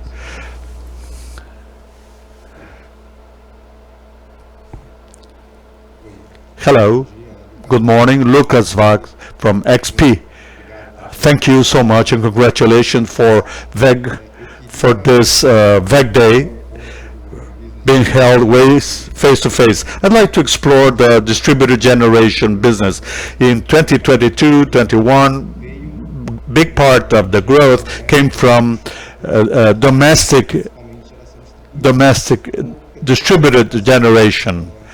By your presentation, we've seen market share of 22%. I'd like to understand how WEG is positioned in projects below 500 kV and above 500 kV that are more impacted by the new regulation. And how do you see a potential strategy shift migrating towards a smaller project that would be less impacted by the new legislation? To think on the maintenance or keeping of this, the growth of this segment that allowed you to grow your revenues. What's the current positioning? I mean, larger projects versus smaller projects, and what's the way to go between both subsegments of distributed generations? Thank you. Excellent question. In distributed generation, our most important market has always been the sales of solar kits, not the distributed generation power plants up to 5 mega. For us, that accounted for 10% of our business.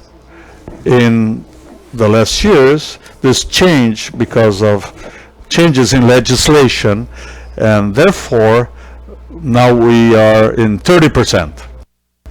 There is an increase, significant one in this GD power plants because of the alteration in the law that is going to come in effect in January. The strategy to maintain our revenue from 2024, when we believe that we are going to start feeling the effects in the effects of the law, is to participate more in the monophase single-phase market.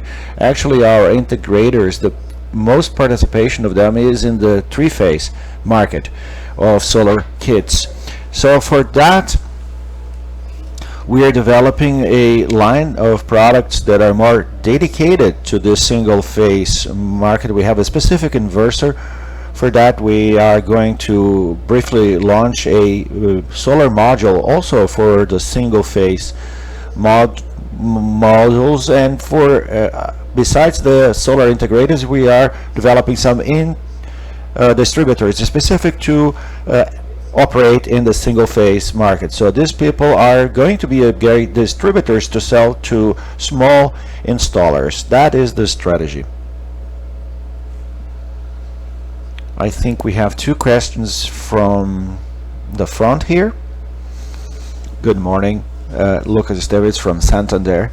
I'd like to exploit a little bit more the strategy of India that you commented that you see as the main manufacturing park in the future, and I'd like to understand whether you already have a CAPEX strategy. As Kuba commented, the verticalization there takes a longer time. What would be the time schedule for the CAPEX so that we can have more numbers on that? Well, in regards to WEG motors, we've made an operation there with a capacity for us to reach 2,500 motors. That's an estimated volume that we can put in that factory. We have structured a whole base of technical support, distribution. We restructured a commercial area to supply the short cycle product, which is different than the WEG Energia that is long cycle, and we understand that we're going to take about 3 years to understand the market, to scale this volume, and after that we're going to have to see a new manufacturing park. But WEG Energia is also increasing, and we do not have more room in that plant. So when WEG Motors designed the India project, we understood at the time that we should go there and start an operation on the same plant in which WEG Energia operates, and we have everything ready there. And from the moment that we are going to scale, we have to move on to a new park to have a higher verticalization with the stamping, for instance. And why not in the future perhaps a foundry, having a foundry there. So I think in the 4 years, 5 years, this is not going to happen because we have a good install capacity to meet the demands of the Indian market. Good morning, everyone. Daniel Gasparetti from Itaú BBA. I'd just like to explore a little bit of strategy on the transmission area. What demonstrated the market share in the international market is relatively low, and I'd like to understand what are the the competitive advantages. Who are the players? How do you compete with your competitors? What is the strategy to gain market share in this sector? Well, first of all, thank you for your question. Well, we have first to understand how the transformer business works. Transformers is a product that, because of the sheer size of them, they have a very complex logistics. The microphone's got some problems, some mic issues. Well, so it's very difficult for you to have a strategy for exporting this product, specifically for the target market. You have to have local plans. Then we have a strategy that is very well assembled for the Americas, in which we have the plants located in Brazil and Colombia, and I'm speaking about South America here. And then later in North America we complement that, as I shown with the Mexican and the US plants. And here the different movement that WEG does in the market is to have the Mexico as a base for a production center, in terms of components for the US market. As I shown you, all the boilers, the core components we are going to produce, and we are already producing part of this in Mexico to supply the Mexican and the US plans. You also asked about the movements in terms of competition, and we've had a few recent developments that were quite significant in terms of world market, with several changed in the playing field. And I'm not going to delve into this because these are public information that you are all aware of, but these are developments that can bring a lot of opportunities to WEG in its focus, which is, as I mentioned before, the Americas, for all the opportunities that we foresee for the growth in the market, as well as in the African market. These are two markets that we see as a short term, very good perspectives for the short term, especially in the renewables. In the US, as well as in Africa. So today our focus in the internationalization strategy in these specific markets. We have a question from the back of the room now.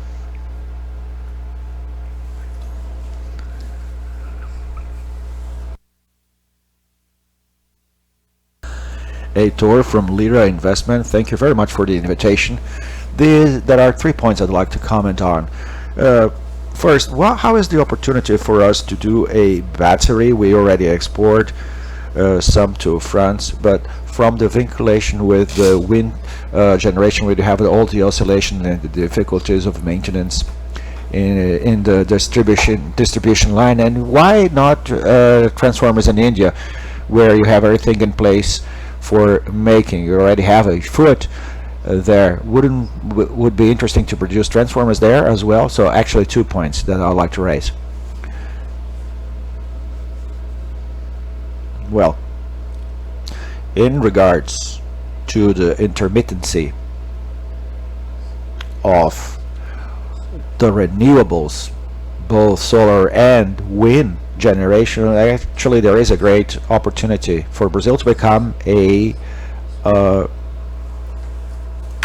supplier of green steel, especially in the northeast part of the country, in which we have better wind conditions in the world, and the solar radiation that is stupendous.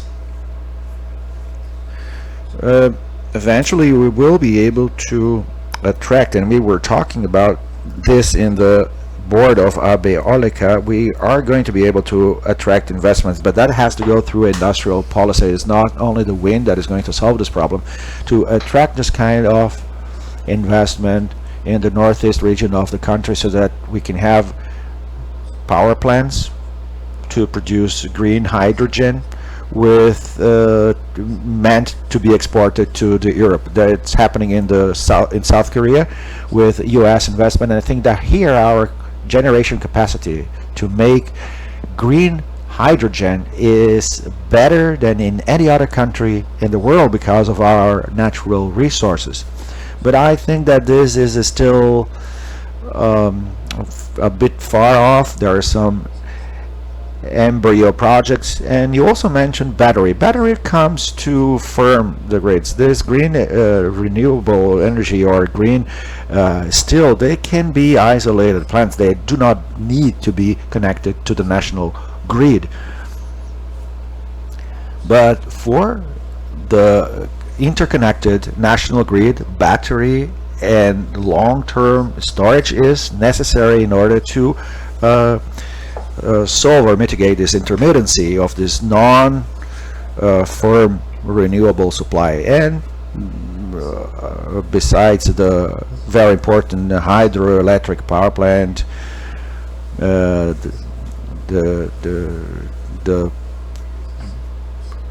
is able to generate months on end. So there is a whole many things to be studied in order for us to implement something, these green projects, and to be able to export green hydrogen. And as I comment today our focus is on the Americas and on Africa, where we can see a lot of short-term opportunities. We are following a verticalization project as well in our plants in Mexico in order to achieve higher competitiveness and become a very important player in this process, and this coming the development of the new grid. And now India is not part of that short-term strategy. We still have time for one more question. I am going to pass the floor to the back part of the room. Thank you. Here is Morello from Dahlia, and I think the question is for Kuba, but in the beginning of the presentation you mentioned about a 660 million investment for the expansion of a capacity here in Jaraguá do Sul, and my question would be, what is the time frame for that project? When should that be executed? And a more generic question, when we look backwards, WEG had a capex on net revenue, because that is a measure that we used to do it, that was bigger than it is in the last few years. So the impression that we get is that you gain a lot of market share and expanded your operations, and the investments have not grown in the same rhythm. So my question is, how is the utilization of the installed capacity? How do you see this? Are there any bottlenecks? Have you gained on productivity because of these investments? That's why I didn't have to invest that much. Well, this is what I mean, is in terms of capacity or production capacity, because there's a lot of opportunities and you're still performing well in the growth area. Well, that is a very good question. I think that in the last few years, they were perfect years in which to do the plant management, because when you have a full order, you have better opportunities to identify bottlenecks, and when you identify this, you have a better notion of your production. In 2020 you had a drop, and then we started accelerating from 2021, and from 22 onwards we have all production taken. I mentioned that we have a lot of transition of components between plants going on, and we're following 2022 with all production taken all over the world. So the first question that you asked was in regards to the timeline for the investment schedule, and Brazil's investment is 660, involves the construction of new buildings and the acquisition of new machinery. So in 22 and 23 we are taking a big step towards constructing new physical structures, and with this building done we are going to buy the machinery. So we're talking about 22, 23, 24, beginning at 25, in which we're going to buy the machinery as we have an increase in the demand both for industrial motors as well as for electric mobility, as was mentioned here. And what is happening in regards to capex?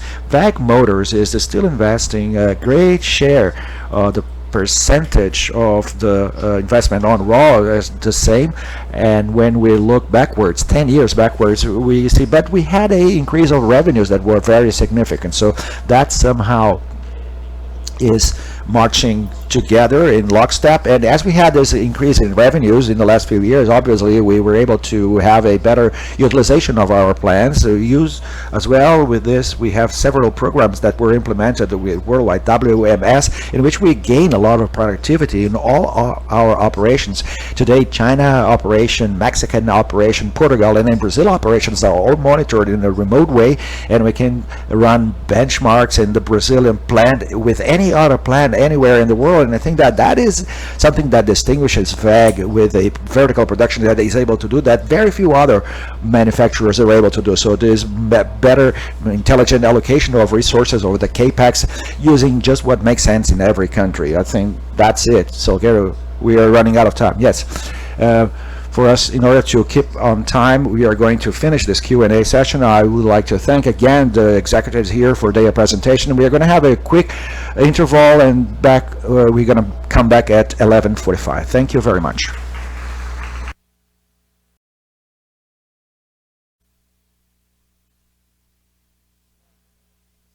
Okay, let's resume our session, the second part now. I'd like to invite André Rodrigues, who's going to talk, our CFO is going to talk about our financial performance. Hello, good morning everyone. It's a pleasure to be here to update you on our financial performance, convey some more information about our business units.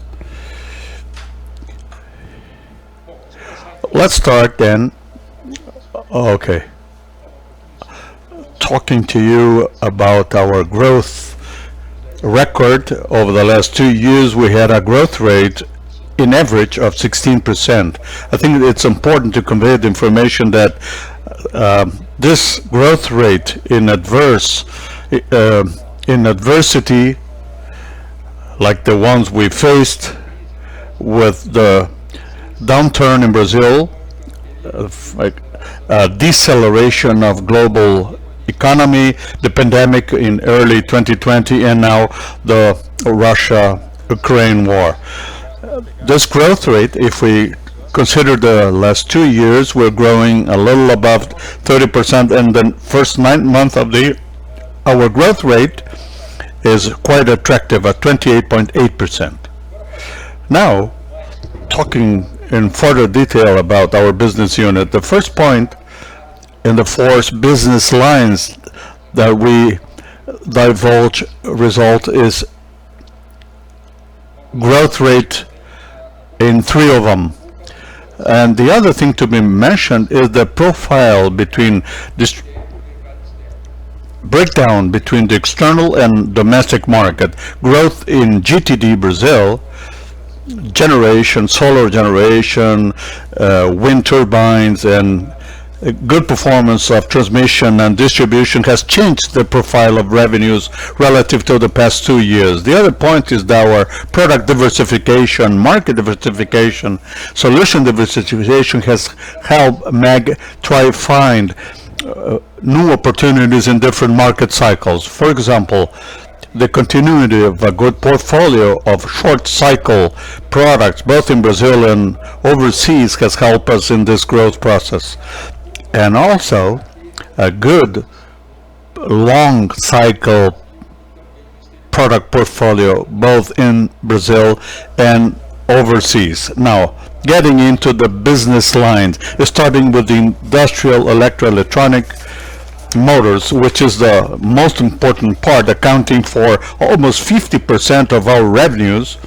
Industrial electro-electronic equipment, 33% foreign market. Here we're talking about industrial motors and industrial automation equipment. This excellent performance results from favorable conditions, economic conditions that is, of our most important market, coupled with important segments that have been showing excellent performance: oil and gas, pulp and paper, water and wastewater, and also agribusiness. Now moving to the green part, GTD, generation, transmission, and distribution, which has been standing out because of our strong position in providing renewable energy solutions, in addition to research and development with full solution for wind, solar, thermal, and hydropower. When we examine the growth of 70% of the domestic market, it's really robust, thanks to the excellent performance of research and development, as Manfred showed, the solar and distributed generation business, and also the new wind turbines. In the external market, despite the good performance we're having in North America, particularly in some other countries, in 2011 we had very important growth in Colombia and South Africa that has raised the bar.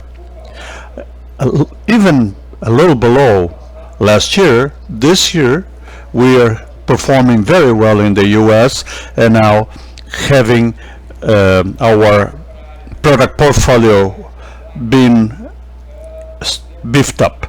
Now, in the motors for the appliance industries, we had a performance a little below the expected one. During the pandemic, on the second semester of 2020 and early 2021, we had huge demand for appliances, so this sharp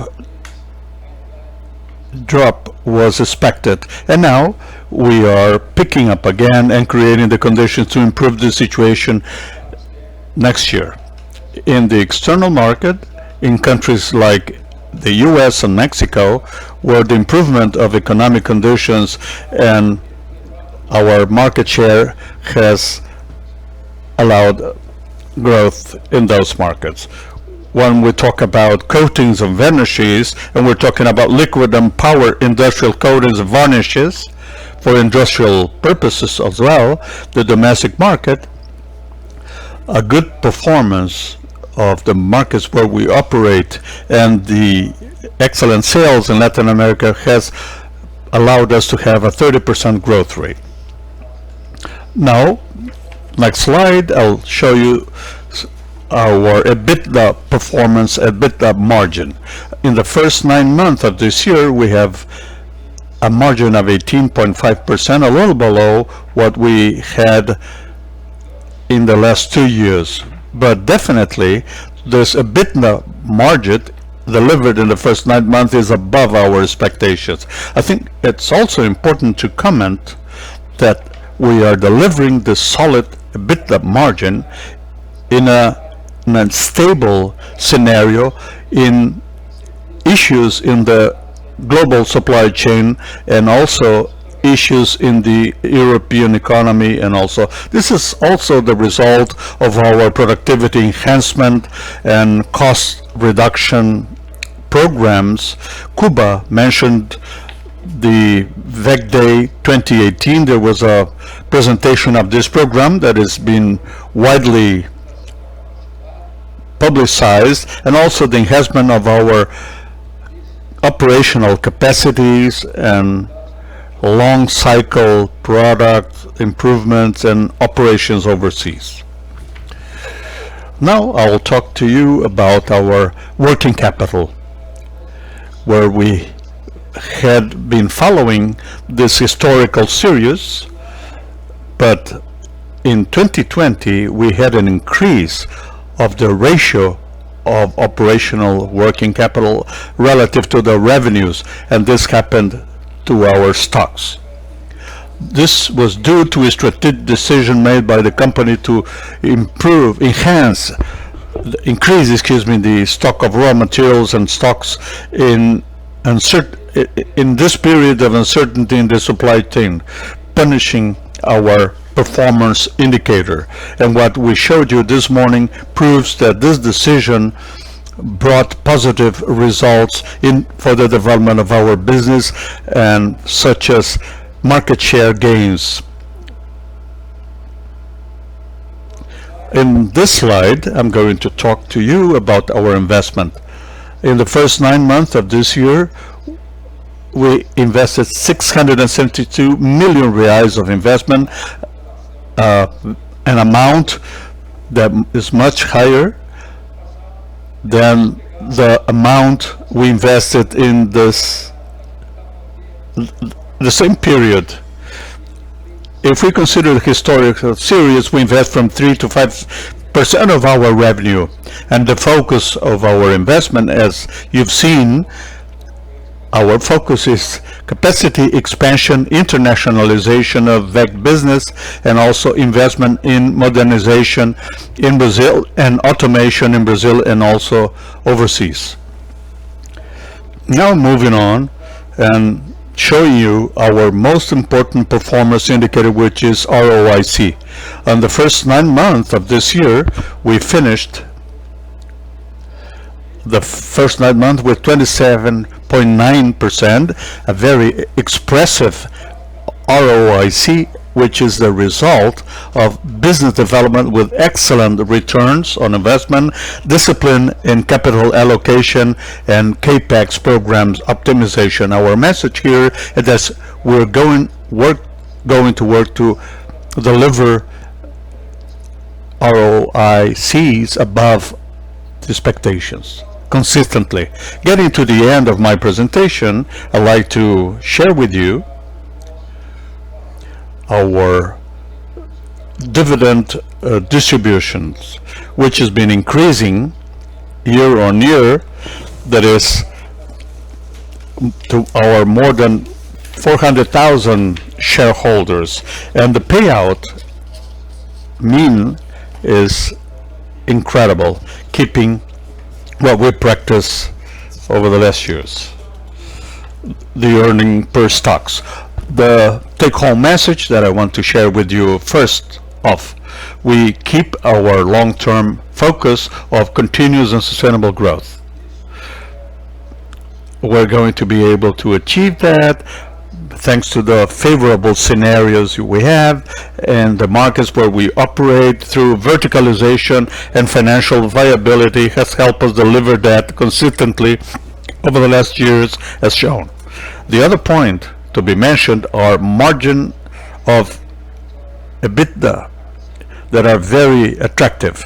Our competitive advantages here, such as verticalization, scaling of production as shown today, and the solid and clear industrial strategy, coupled with our productivity gains program, cost and expense reduction program, has helped us do that.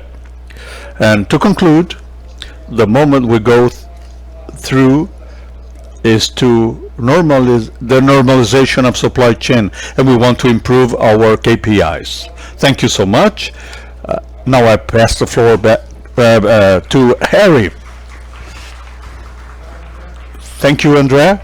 I'd like to call Harry now to continue and show us the perspectives for the next quarters, the next few months ahead of us. Good morning, everyone.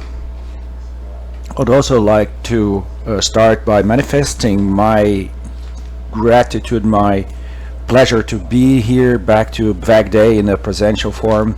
And WEG Day is in a nice opportunity to show the WEG's plans, what it's doing, but you know that we end up transmitting much more in our informal conversation, in informal questioning, because people ask more. That's why our being here presentially is very important, because we have these opportunities as we had last night. So welcome everyone, good morning again. In my brief presentation here, it is not going to focus on the results of the next quarters, because maybe you're expecting this, but I'm not going to dwell on that. But I am going to make a brief presentation, a summary of our last review of our strategic plan, to see what were the business that we decided to place a special focus on. How is the scenario for our businesses and the macroeconomic scenario, the perspectives that we see, and then afterwards a few drives, a few directions to show you how we are moving them about. So to maintain this decision that is apparently simple, but it's a very important decision, WEG wants, and this is a plan that we have that we had from 21 to 26, and we had, as we always said, to place a focus somewhere in a very broad way, but there is a lot of important information. So we put focus on motion drive, electrification, automation, energy generation, and the grid, which is the transmission and distribution part of the business.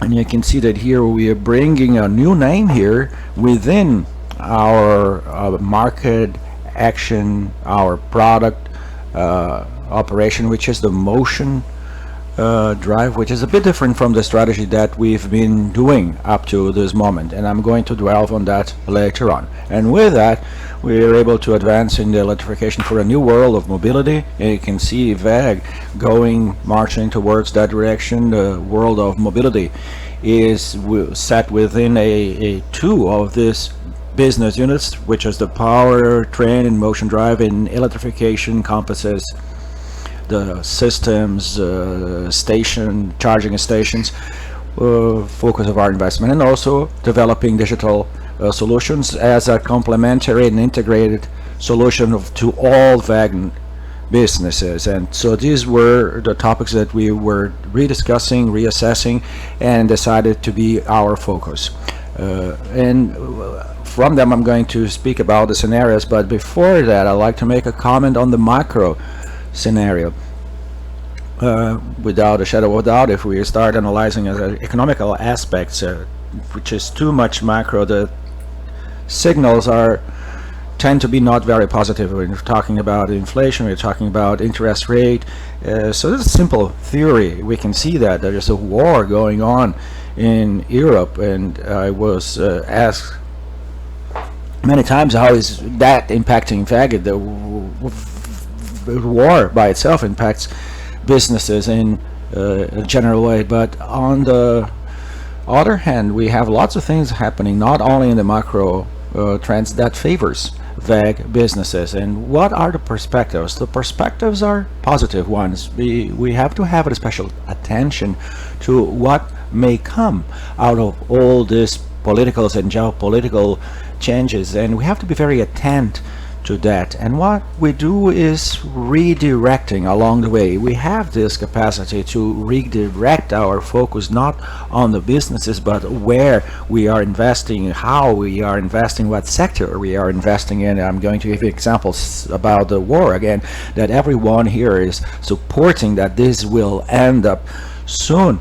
I think it's already gone too far, but at the same time that they are suffering with the lack of energy, higher price of energy, the world is also marching towards how to supply this demands in Europe, because it is marching toward changes. So this is a difficult balance to strike, whether we have positive perspectives, especially because of the scenario of the businesses that WEG is involved in. And what is this scenario?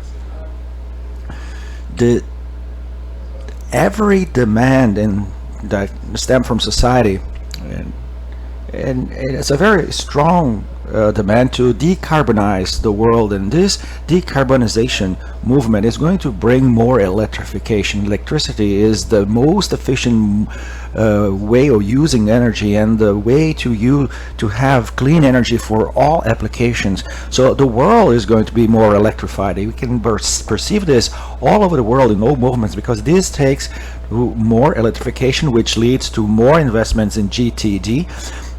We were talking about the renewables in the USA, the distribution, several things going on there, as well as in the world and in Brazil.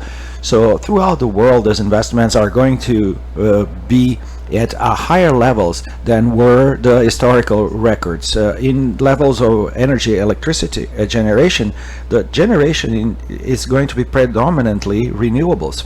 And WEG, since a few years ago, has invested in this wind, solar energy. So this is something new, renewable. João Paulo has commented upon.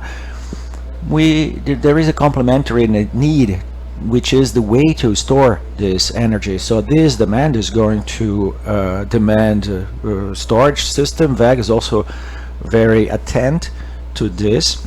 We already decided to invest in the storing in batteries, but I'm going to give you just as an example about hydrogen. In my view, hydrogen is again a way to store energy, because what is happening different than the gray hydrogen, we're talking about the green hydrogen here, is wind turbines and solar generation are going to transform that in hydrogen to reuse that as a source of energy. It's not to produce hydrogen to use, as was commented, the green steel uses a lot energy to be produced, but this is something else. But WEG is also attentive to this, but much more as a supplier of electronic equipment, as something involved in the production of hydrogen in the power plants. There is the wind turbine and electrification of the transportation system. So all this movement of electrification of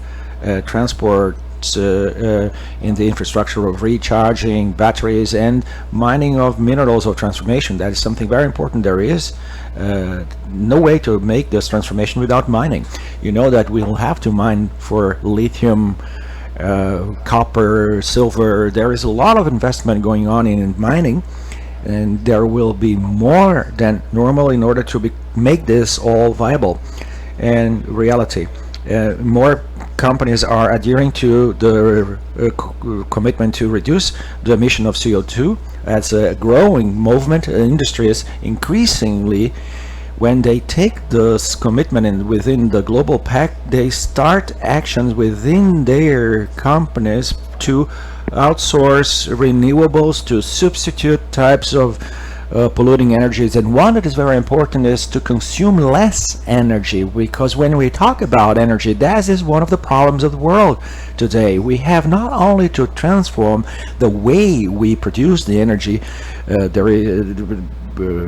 and all the associated pollutants, but we also have to bear in mind that that also implies in a lot of investment, and things run out, and the whole world will have to look for more efficiency.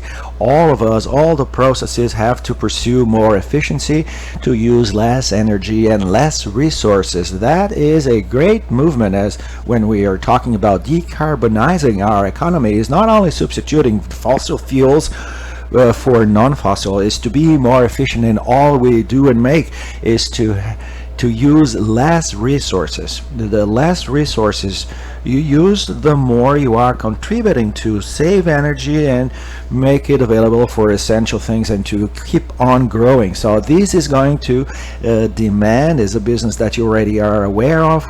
Those of you who follow WEG, WEG invest permanently in the search for better efficiency in all the products that we manufacture. It's a very important approach in the market.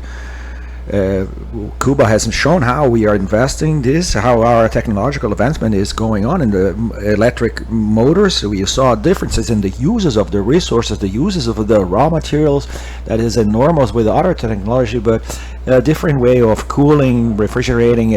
Also the use of drives is growing. There is still a significant number of electric motors don't use drives.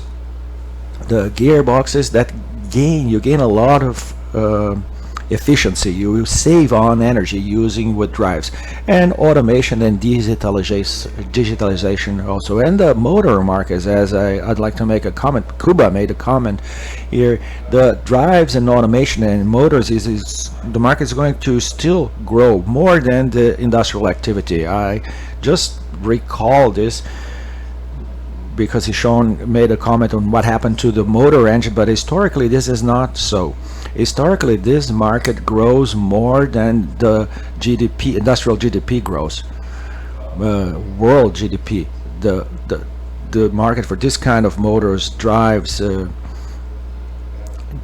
for drives and automation is a market that grows more than the industrial GDP. So these are all positive signs in the scenario that we have, in regardless of the macroeconomic signal that many people wonder what is going to happen with the war. And in fact, WEG is attent to this. Certain sectors always will have feel more or less, and certain sectors in this transformation market that we have is going to migrate, is going to invest. We're going to have investments in other areas. So our vision is of a positive scenario. These are our perspectives, and that is why WEG is still going on investing in these areas that has, or perhaps even a bit more because of the new businesses opportunities.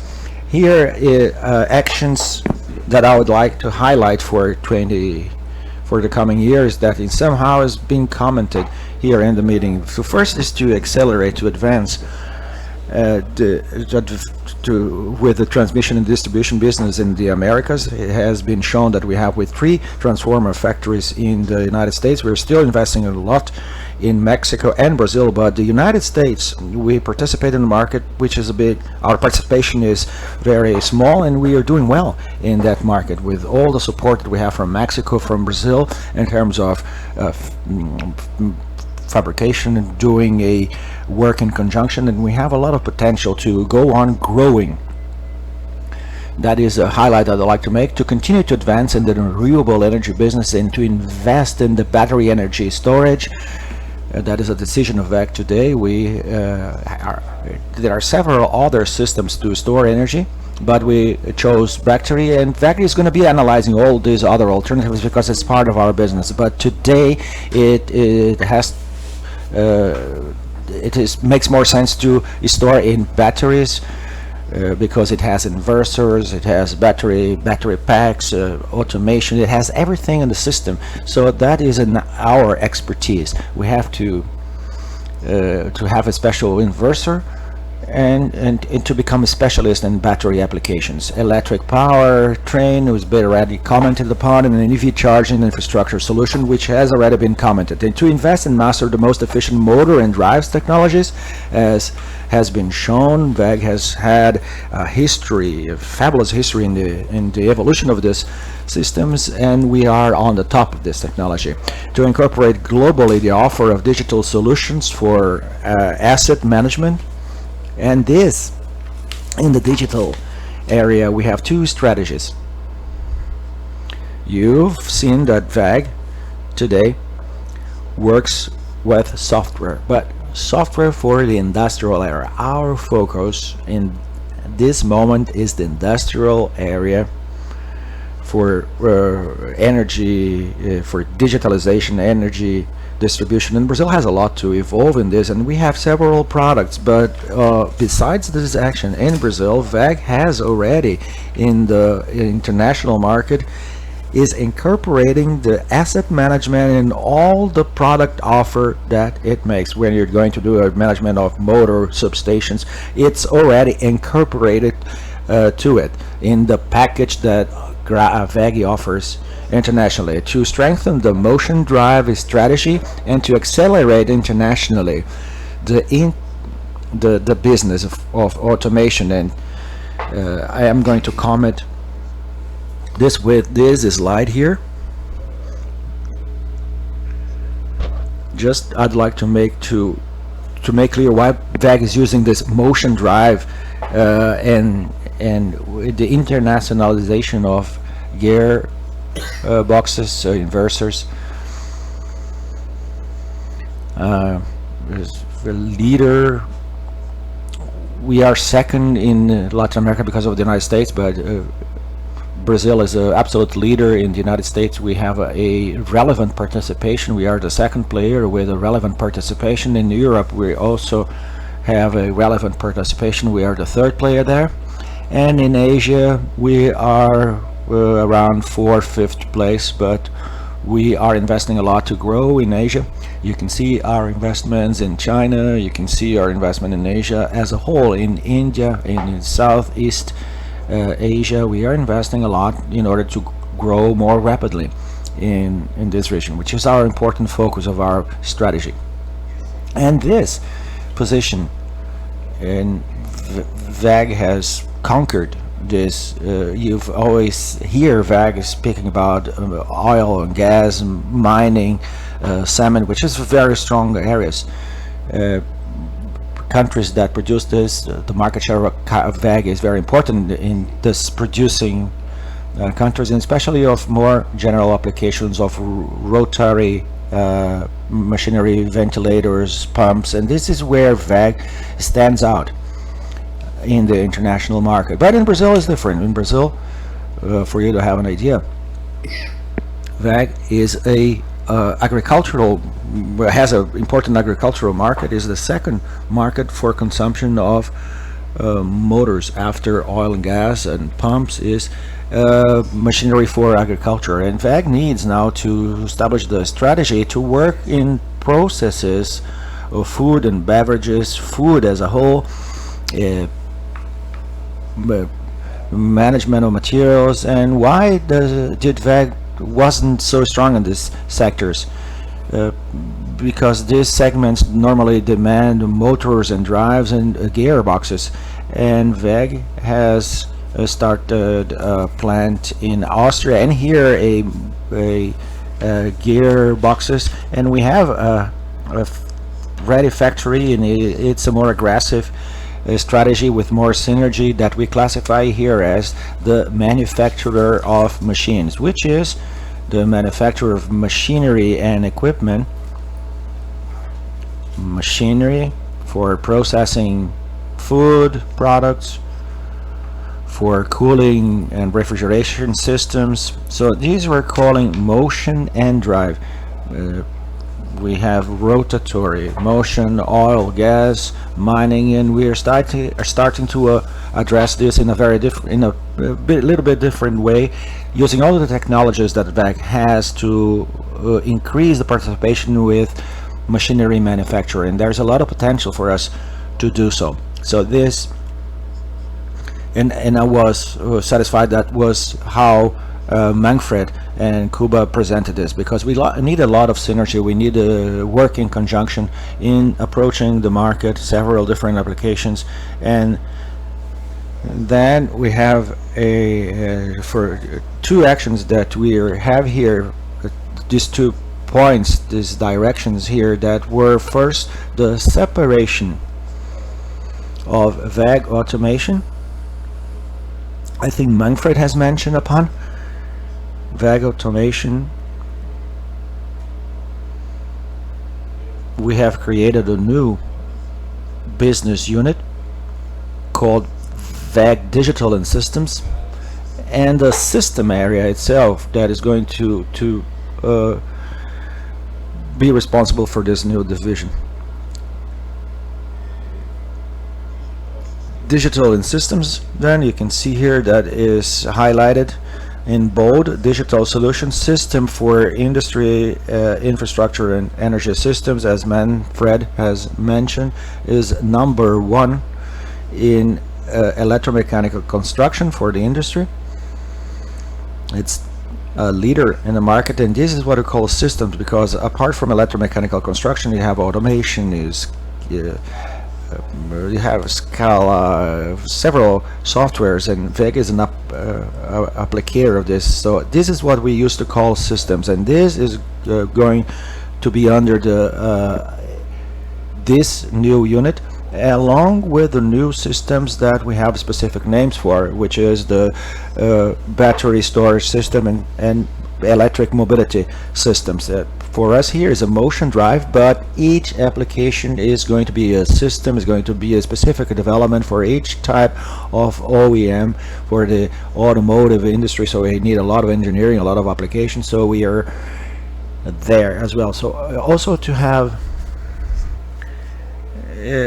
to say that I didn't have a focus is not correct, but we need to apply more focus on this in order to accelerate these actions, and this is the moment.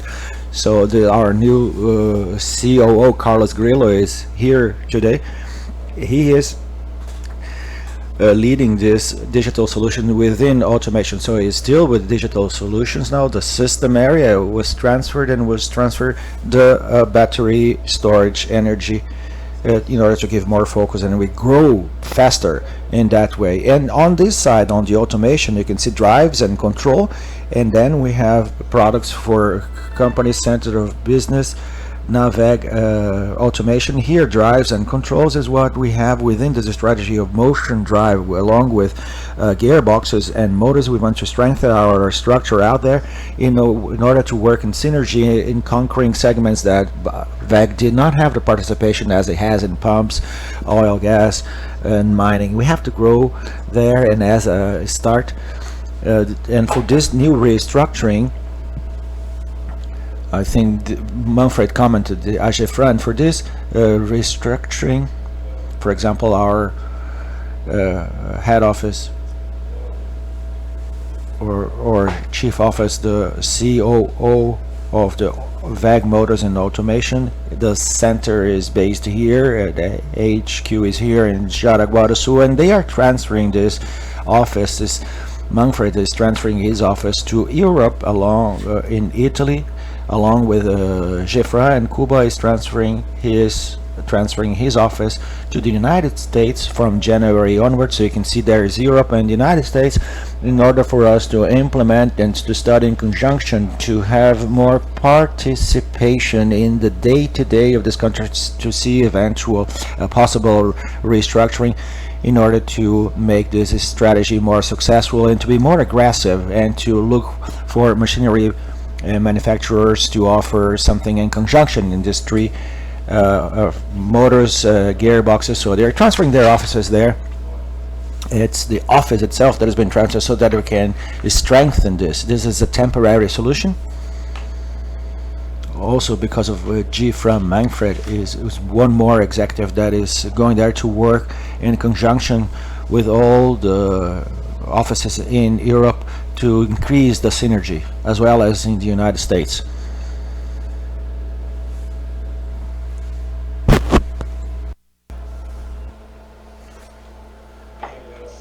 Well,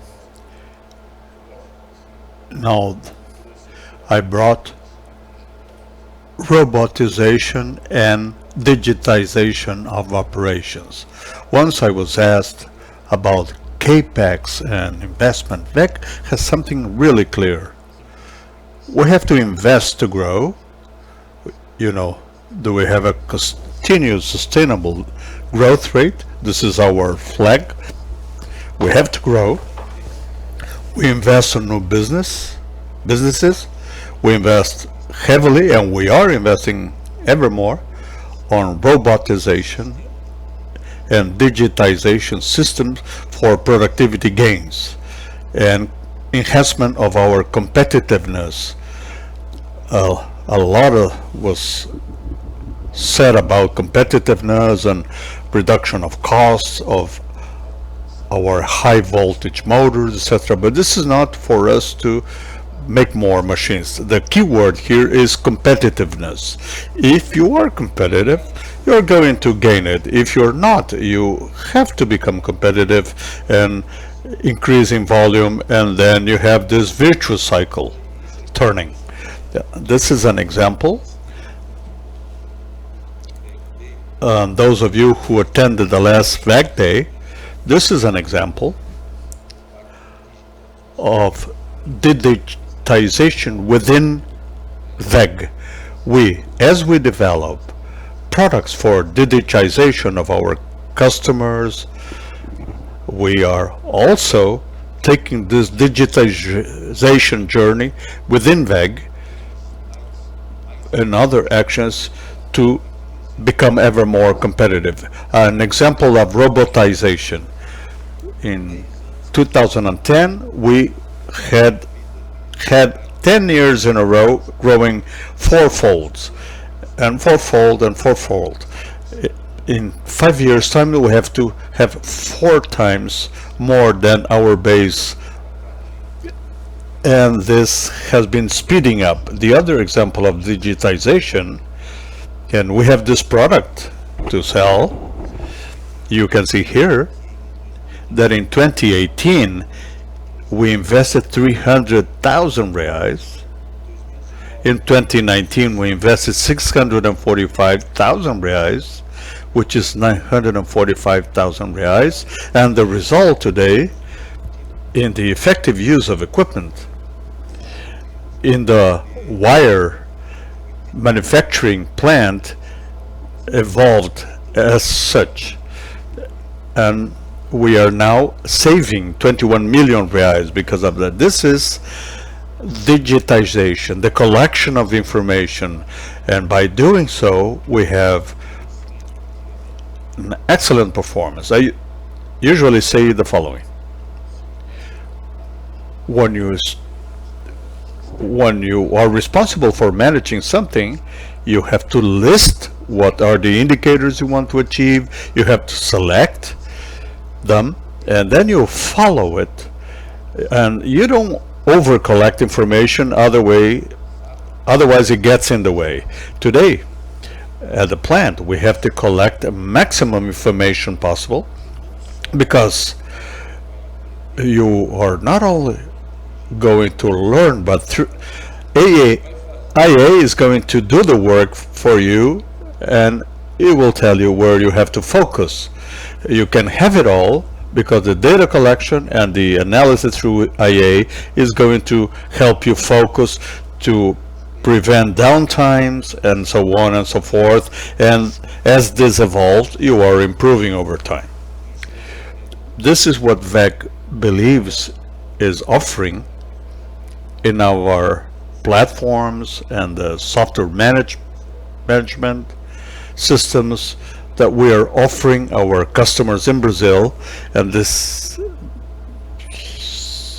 we have 89% then, and the world average of digitization is 7%, but worldwide, in Brazil, excuse me, is, and WEG is an example that invests heavily. It's always using cutting edge technology from 77 to 89%.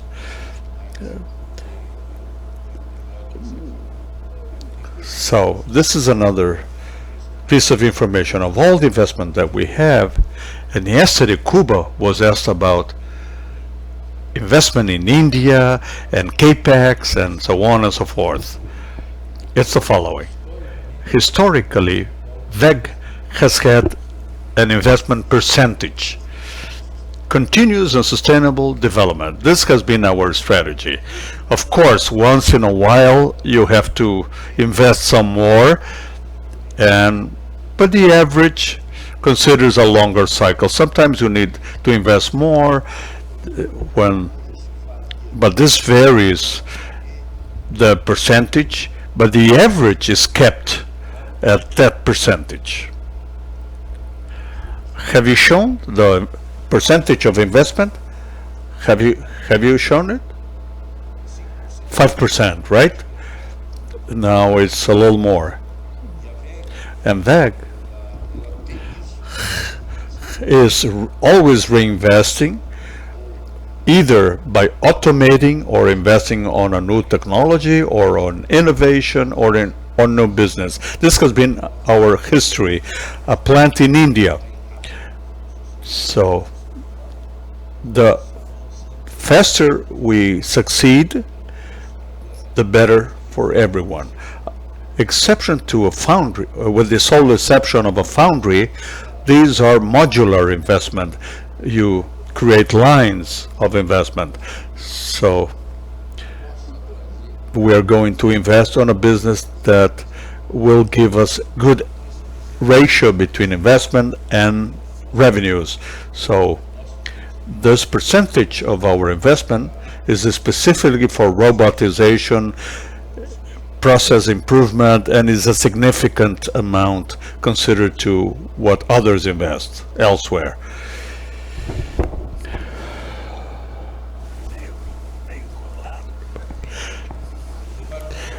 To raise productivity levels, this is a compliment. We're working strongly on this. There's not a level of this level of efficiency overseas as yet, because we don't have the same resource levels supporting workers.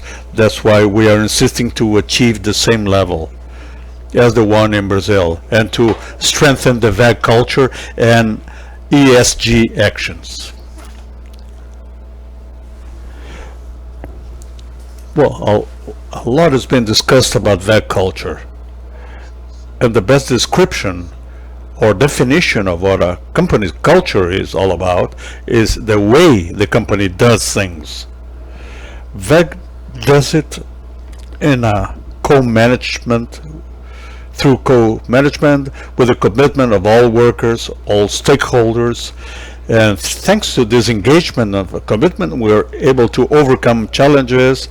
A company that grows and affords its employees and collaborators to grow as well is the desirable thing to do. The other thing that is really strong in our culture is that it insists on training all levels of operation. You may hire a lathe operator at the market, okay? You can hire a lathe operator in the market, yes, but we are going to do capacity building to our own personnel to ensure this. In the digital field, well, more so. So we start a new business. Now we have a group. How many people are there? 25. So Senai, which is the national apprenticeship system, industrial apprenticeship system, trains people. We also continue training them, and we can give those people opportunity for them to take advantage of the opportunity that open up at WEG. This is our culture, and to strengthen our ESG actions. Maybe strengthening is not the right word, but I picked this word myself. Here, WEG is listed at all ESG levels and is faring well according to the assessments that are carried out by numerous magazines and awards. We are faring very well in ESG, but the world is changing and we have to meet other demands by beefing up our ESG actions. The social component is really strong, and decarbonization is also one of the things that, since we are in the business, we have to give our contribution and move in that direction. So, but we defined and established our target, and this is part of the company bonus to achieve an ESG target. Very soon we're going to have one more, which is decarbonization being the second one. Now showing you how WEG is aligning itself to sustainable values, the search for new values in this world in transformation. We defined our purpose, our goal as to develop technology and solutions to contribute towards the construction or the building of a more efficient and sustainable world, driving efficiency and sustainability, and here repeating to strengthen that culture and to strengthen also our ESG actions. Take home message.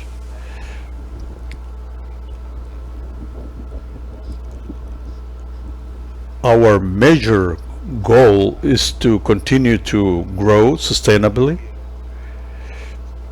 and this is what we're doing to grow in Brazil, to keep market share and positions in mature business and invest in new businesses, for example in energy storage, etc., etc.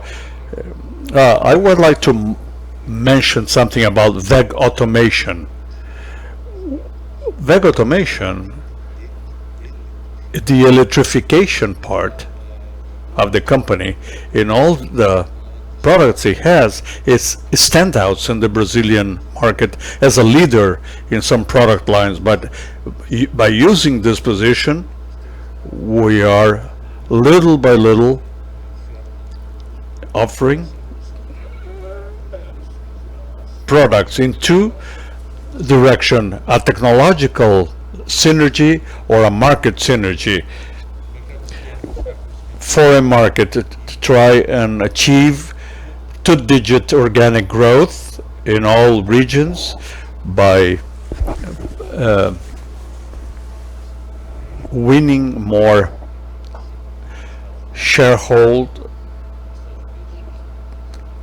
participation. In the US we have transformers and generators and so on and so forth, but we're going to evolve to other products, invest in new technologies, in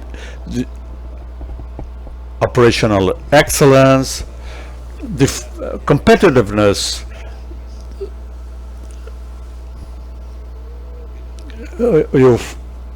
is part of and parcel of that culture. We always have to do things best than what you did last time.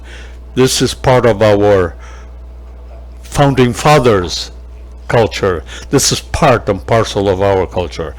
This is permanent search for competitiveness, to set ourselves apart in the way we relate to our customers, and to strengthen our actions in general, ESG general. Now I'm ready for Q&A.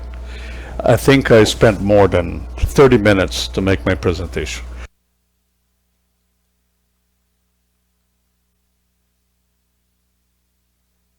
We're going to start now the second Q&A session. I will ask André Rodrigues to come up stage again and to stick around. We're going to keep the same dynamics as the first Q&A session. Those of you who want to shoot a question, raise your hand, identify yourselves, and let us know what organization you work for. We appreciate it.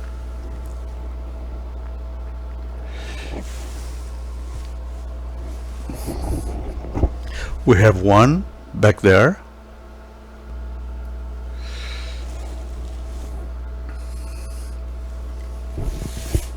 Hello, good afternoon, everyone. Marcelo from Credit Suisse. Congratulations for the meeting. Excellent results this year. You mentioned something during your presentation, e-mobility and recharging stations. Okay, my question is, what comes first, electric vehicle or recharging? And then question number 2 is how e-mobility or electrification is going to take place worldwide. Is California more aggressive, Brazil, India, where people have more resiliency in renewables, etc. This is just to see where you see the potential, how big the potential is, and what's the implementation or deployment timeline, 10, 15 years or longer. Timeline is the most difficult answer or question to answer, right? But as you mentioned, timing will be different. In the US, you mentioned California. In principle, everything almost started there. A major boost in electric vehicle, and this growth in electric vehicles is now incredibly growing in China and Europe. And this is clearly the way to go in deadlines established by governments and the infrastructure to be built. And the question is, what comes first, the chicken or the egg? But they're doing that simultaneously because they have a clear-cut plan for those countries, as in Europe as well as in China. Well, concerning Brazil, this is going to happen more slowly. You mentioned alcohol or ethanol. Brazil will have to use its asset, which is ethanol, corn ethanol, and for electric vehicles, for cars. Okay, so electric vehicles will grow more slowly in Brazil. But what about for buses and trucks? Things is a different ball game. Urban buses, for example, our focus, or truck, this is in our opinion, in a very short term, much faster, because there are government, municipalities, state governments, and urban buses are moving in that direction. Not probably at the same pace as things are taking place in China, because everything is electrical there, or in Europe, but it will happen. And then comes the recharging systems. Recharging stations will not be a business because there's not plenty of money or money enough to build infrastructure everywhere. But in urban centers, they are going to be private investment. Companies will have to provide for their own vehicle fleets. So this is how things are going to happen. But all cars that will be imported, electric cars imported in 5 years' time, if they come from Europe, they will be electrical. And what happens? If two electric vehicles get to a condominium at the same time, an argument starts because they have to recharge and there's not enough infrastructure, so they have to expand, they have to build, taking into account the growth in the EV fleet. And there are going to be companies investing on recharging equipment, but growth rates will be much bigger in fleet owners. Just to conclude the powertrain strategy now, we are starting this in Brazil for urban buses and trucks. All companies, truck builders are international, and so this is the way to go for us to sell our powertrains. There's one question here in the front.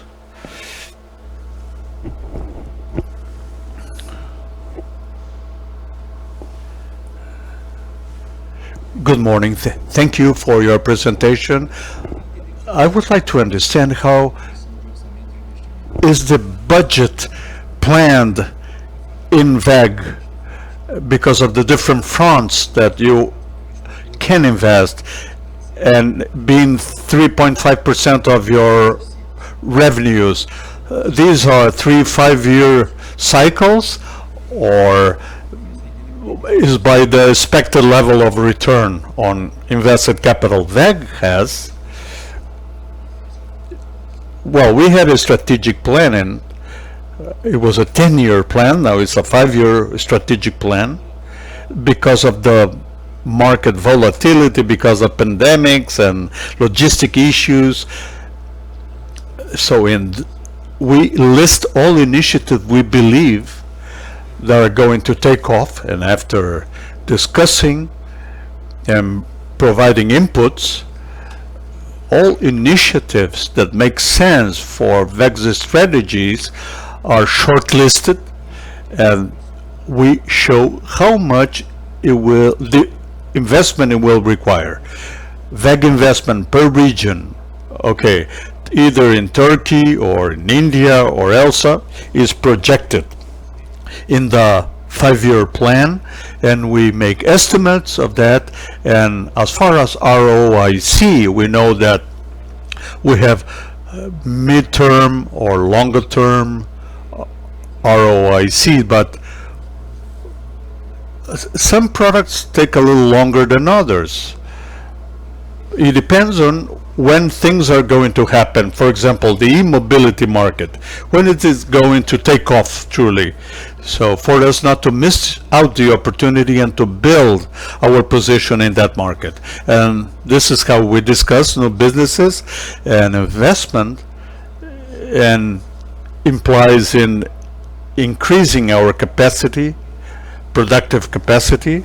If it makes sense and it's growing more in a certain region, we invest more in that region, and so on and so forth. We discuss the risks involved, etc. Let's see if everything is aligned, but the return on investment is assessed on a project by project basis without knowing what is the actual things. But there are some variables, numerous variables, by the way. We invest this percentage, and the investment that we've been making is linked to our strategic planning, and these are things that we at WEG continuously do it.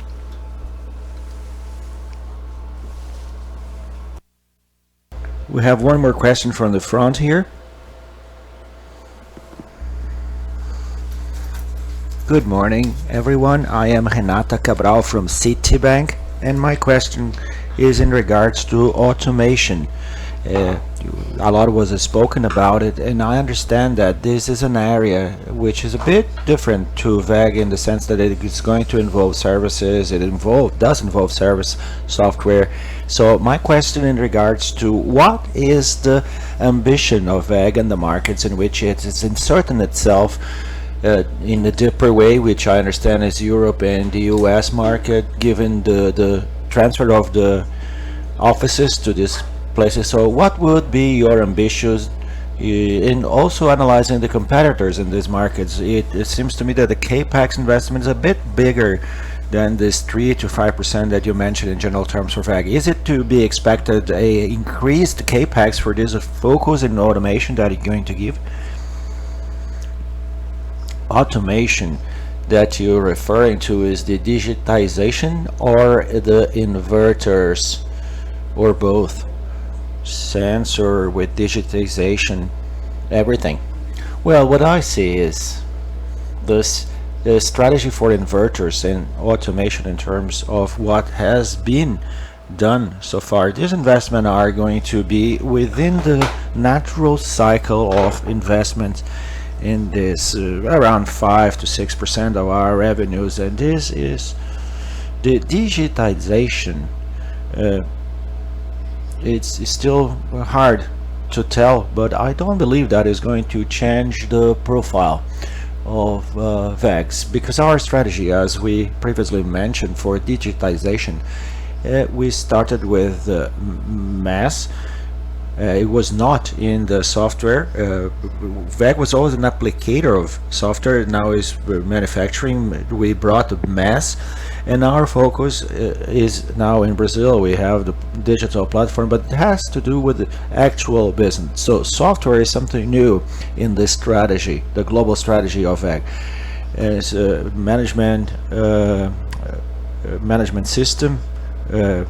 And we have the focus in Brazil, and this focus in Brazil is not going to demand strategical changes that are very important.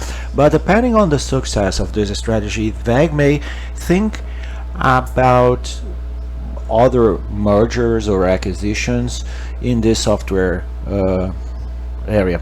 But there isn't an offer nowadays.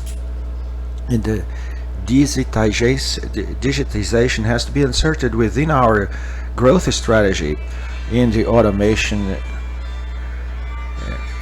and it's in these percentages. I do not see anything that deviates from these standards. We have a question from the middle of the room.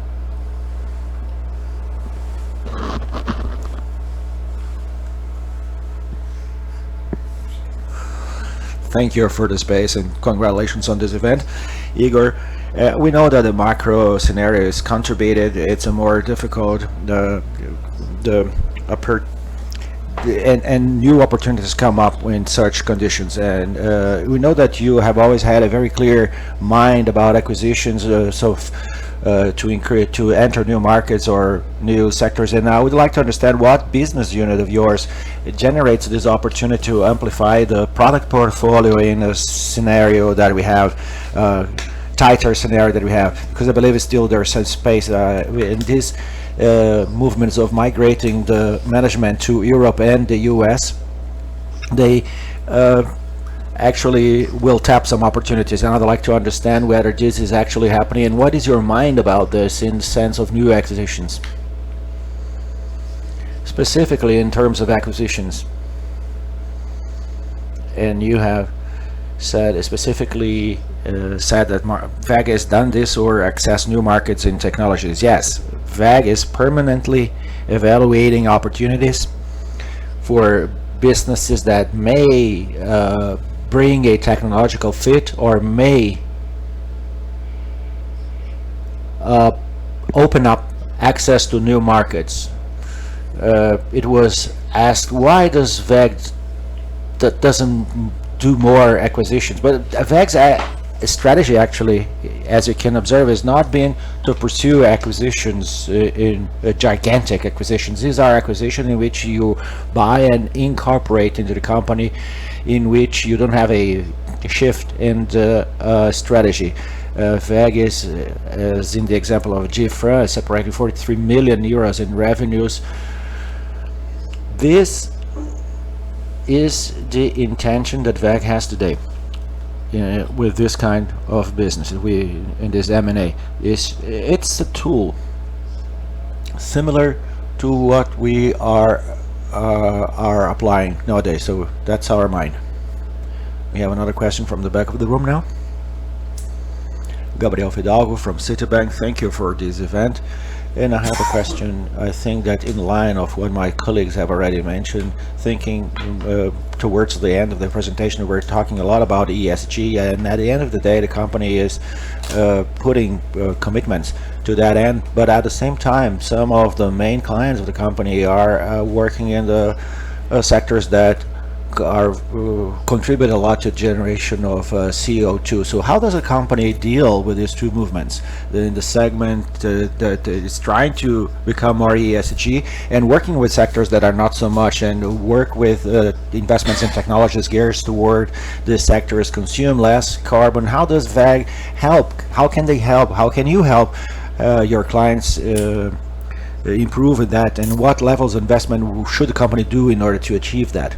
Well, in terms of clients, the great thing that WEG does, one of the biggest consumers of electrical energy are electric motors. So the role of WEG is to make these electric motors to become more efficient, to consume less and less energy and put out the same capacity, or that is to eliminate losses. And automation solution, as with the inverters, we can reach up to 30-40%, perhaps is a little exaggerated, but 30% reduction in consumption, for example, in inverters and pumps, and automation as well, 6-7% efficiency gains is what is being offered to our clients. So our clients are able also to improve their consumption and reduce the resources needed. This is the movement that WEG is doing in its contribution to our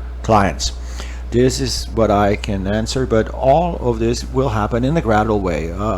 No one is able to or rapidly go to zero carbon or net zero from day to night, overnight. So have to also bear in mind that there is all over the world a movement towards the renewable.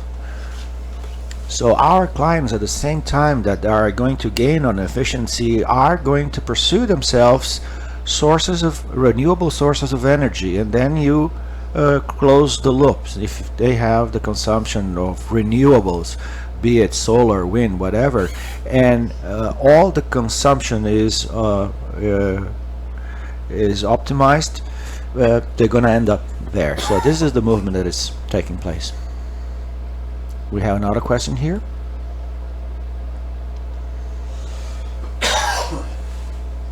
Good morning. Thank you for the opportunity. Gabriel Hansen, CM Office, is a company that invests in companies since 1971.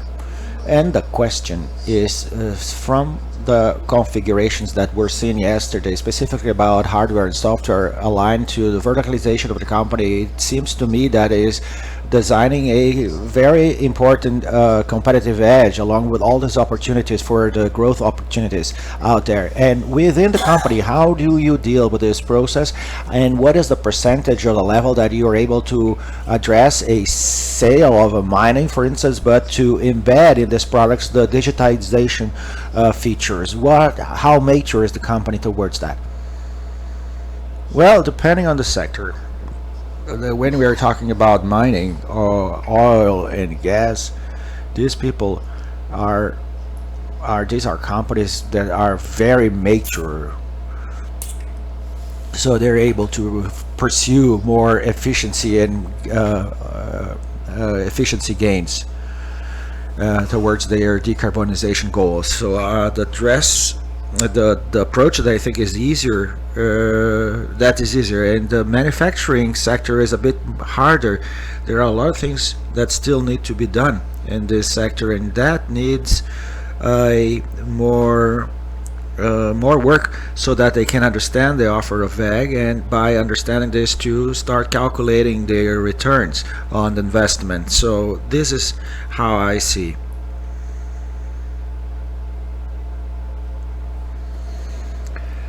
Do we have any more questions? Well, we have one more here in the front. We still have time for a couple ones. Good morning, Thiago Albuquerque from Onyx. The question comes from, as a compliment actually, WEG is a rare case combining growth, accentuated growth and high returns on investment, and there is always this difficulty, this strategic difficulty to combine and align strategy and rentability. And I think that is a good problem, which is to raise the bar very, very high. We have 30%, 2 digits growth. So is there this internal vision, or that you from now on is increasingly harder to maintain this number, and up to what extent, should you have any figures in mind, up to where would you be willing to open one of the sides of the equation, be it growth or to have a high revenue or lower than you have today? What is your vision towards this ratio between growth and return on investment? Well, this question, it's a hard one to answer, because well, let me give you the example of the electric motors division. It's a historically brings good rentabilities, good revenues. WEG has the expertise, knowledge, technology, and the margin that you're able to gain depend on the moments. For instance, if the demand that has good demand, the margin increases. If there is lower demand, your margin decreases. So if your inputs, your raw materials increase, your margins decreases. Well, increase, your margins decrease. But we do not see loss in margin percentages. But always, again, it depends on the cycle that you're working. If you're riding a bad patch, a bad cycle in terms of raw materials, it will lose a little bit of the margin. But WEG in motors, just an example, again, the way forward is have more market share, is an attractive business. All businesses of WEG are attractive, but we haven't analyzed yet to give you a right answer what would be the margin in 3-5 years, how this is going to be. One thing we know though, we know that there will be new competitors out there. There will be more demands for price reduction, and you have to be ready for that all the time.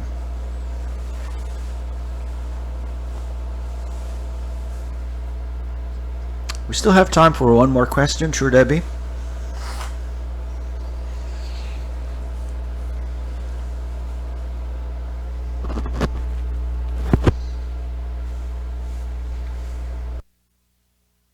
Is it working? Yes. Thank you for allowing me this one last question. I think Brazil has many bottlenecks, and the most important one is we train just a few engineers. It's really hard to retain talent, and when we look at WEG, everyone is 30 years in the company with rare exceptions. What do you do differently to be able to retain talent and to attract so much talent and to retain this talent for so long? Where does this, is it possibility for growth, earning, compensation? How do you do it so well? There's one thing I'd like to say, that WEG invests at all levels of employee levels by delivering training, by affording opportunity to its employees. That's why people stay 20-25 years at a company, because this has been the pathway, the professional pathway. This person is constantly learning, constantly applying knowledge, and the company is creating new opportunities all the time. So the best way of retaining talent is to have a good performance, is to have a clear-cut plan for investment, and to open up new opportunities. In 2008, and I was telling the mission of WEG is not the one that is on screen, and it's what the company does. And we discussed then what are we going to do about WEG. Let's make the company continue growing, because if the company is to continue growing, it's going to continue creating opportunities, it's going to account to the capital market that invests on WEG, that continues to grow and provides a good bottom line to the investors. So as we work for the company, new opportunities will come up. So this is a way of retaining talent at a company at all levels. This is a strategy. This movement is of wanting to acquire more knowledge and market share and so on and so forth. So thank you so much. Once again, I'd like to express my appreciation to Harry and all the directors that made their presentations during the day today. I'd like to express my appreciations to all the organizers who put together this meeting, our IT team, all our service providers that have also help us achieve the wonderful results we're having at this meeting, and for everyone who watched and joined us online. Thank you. See you next time.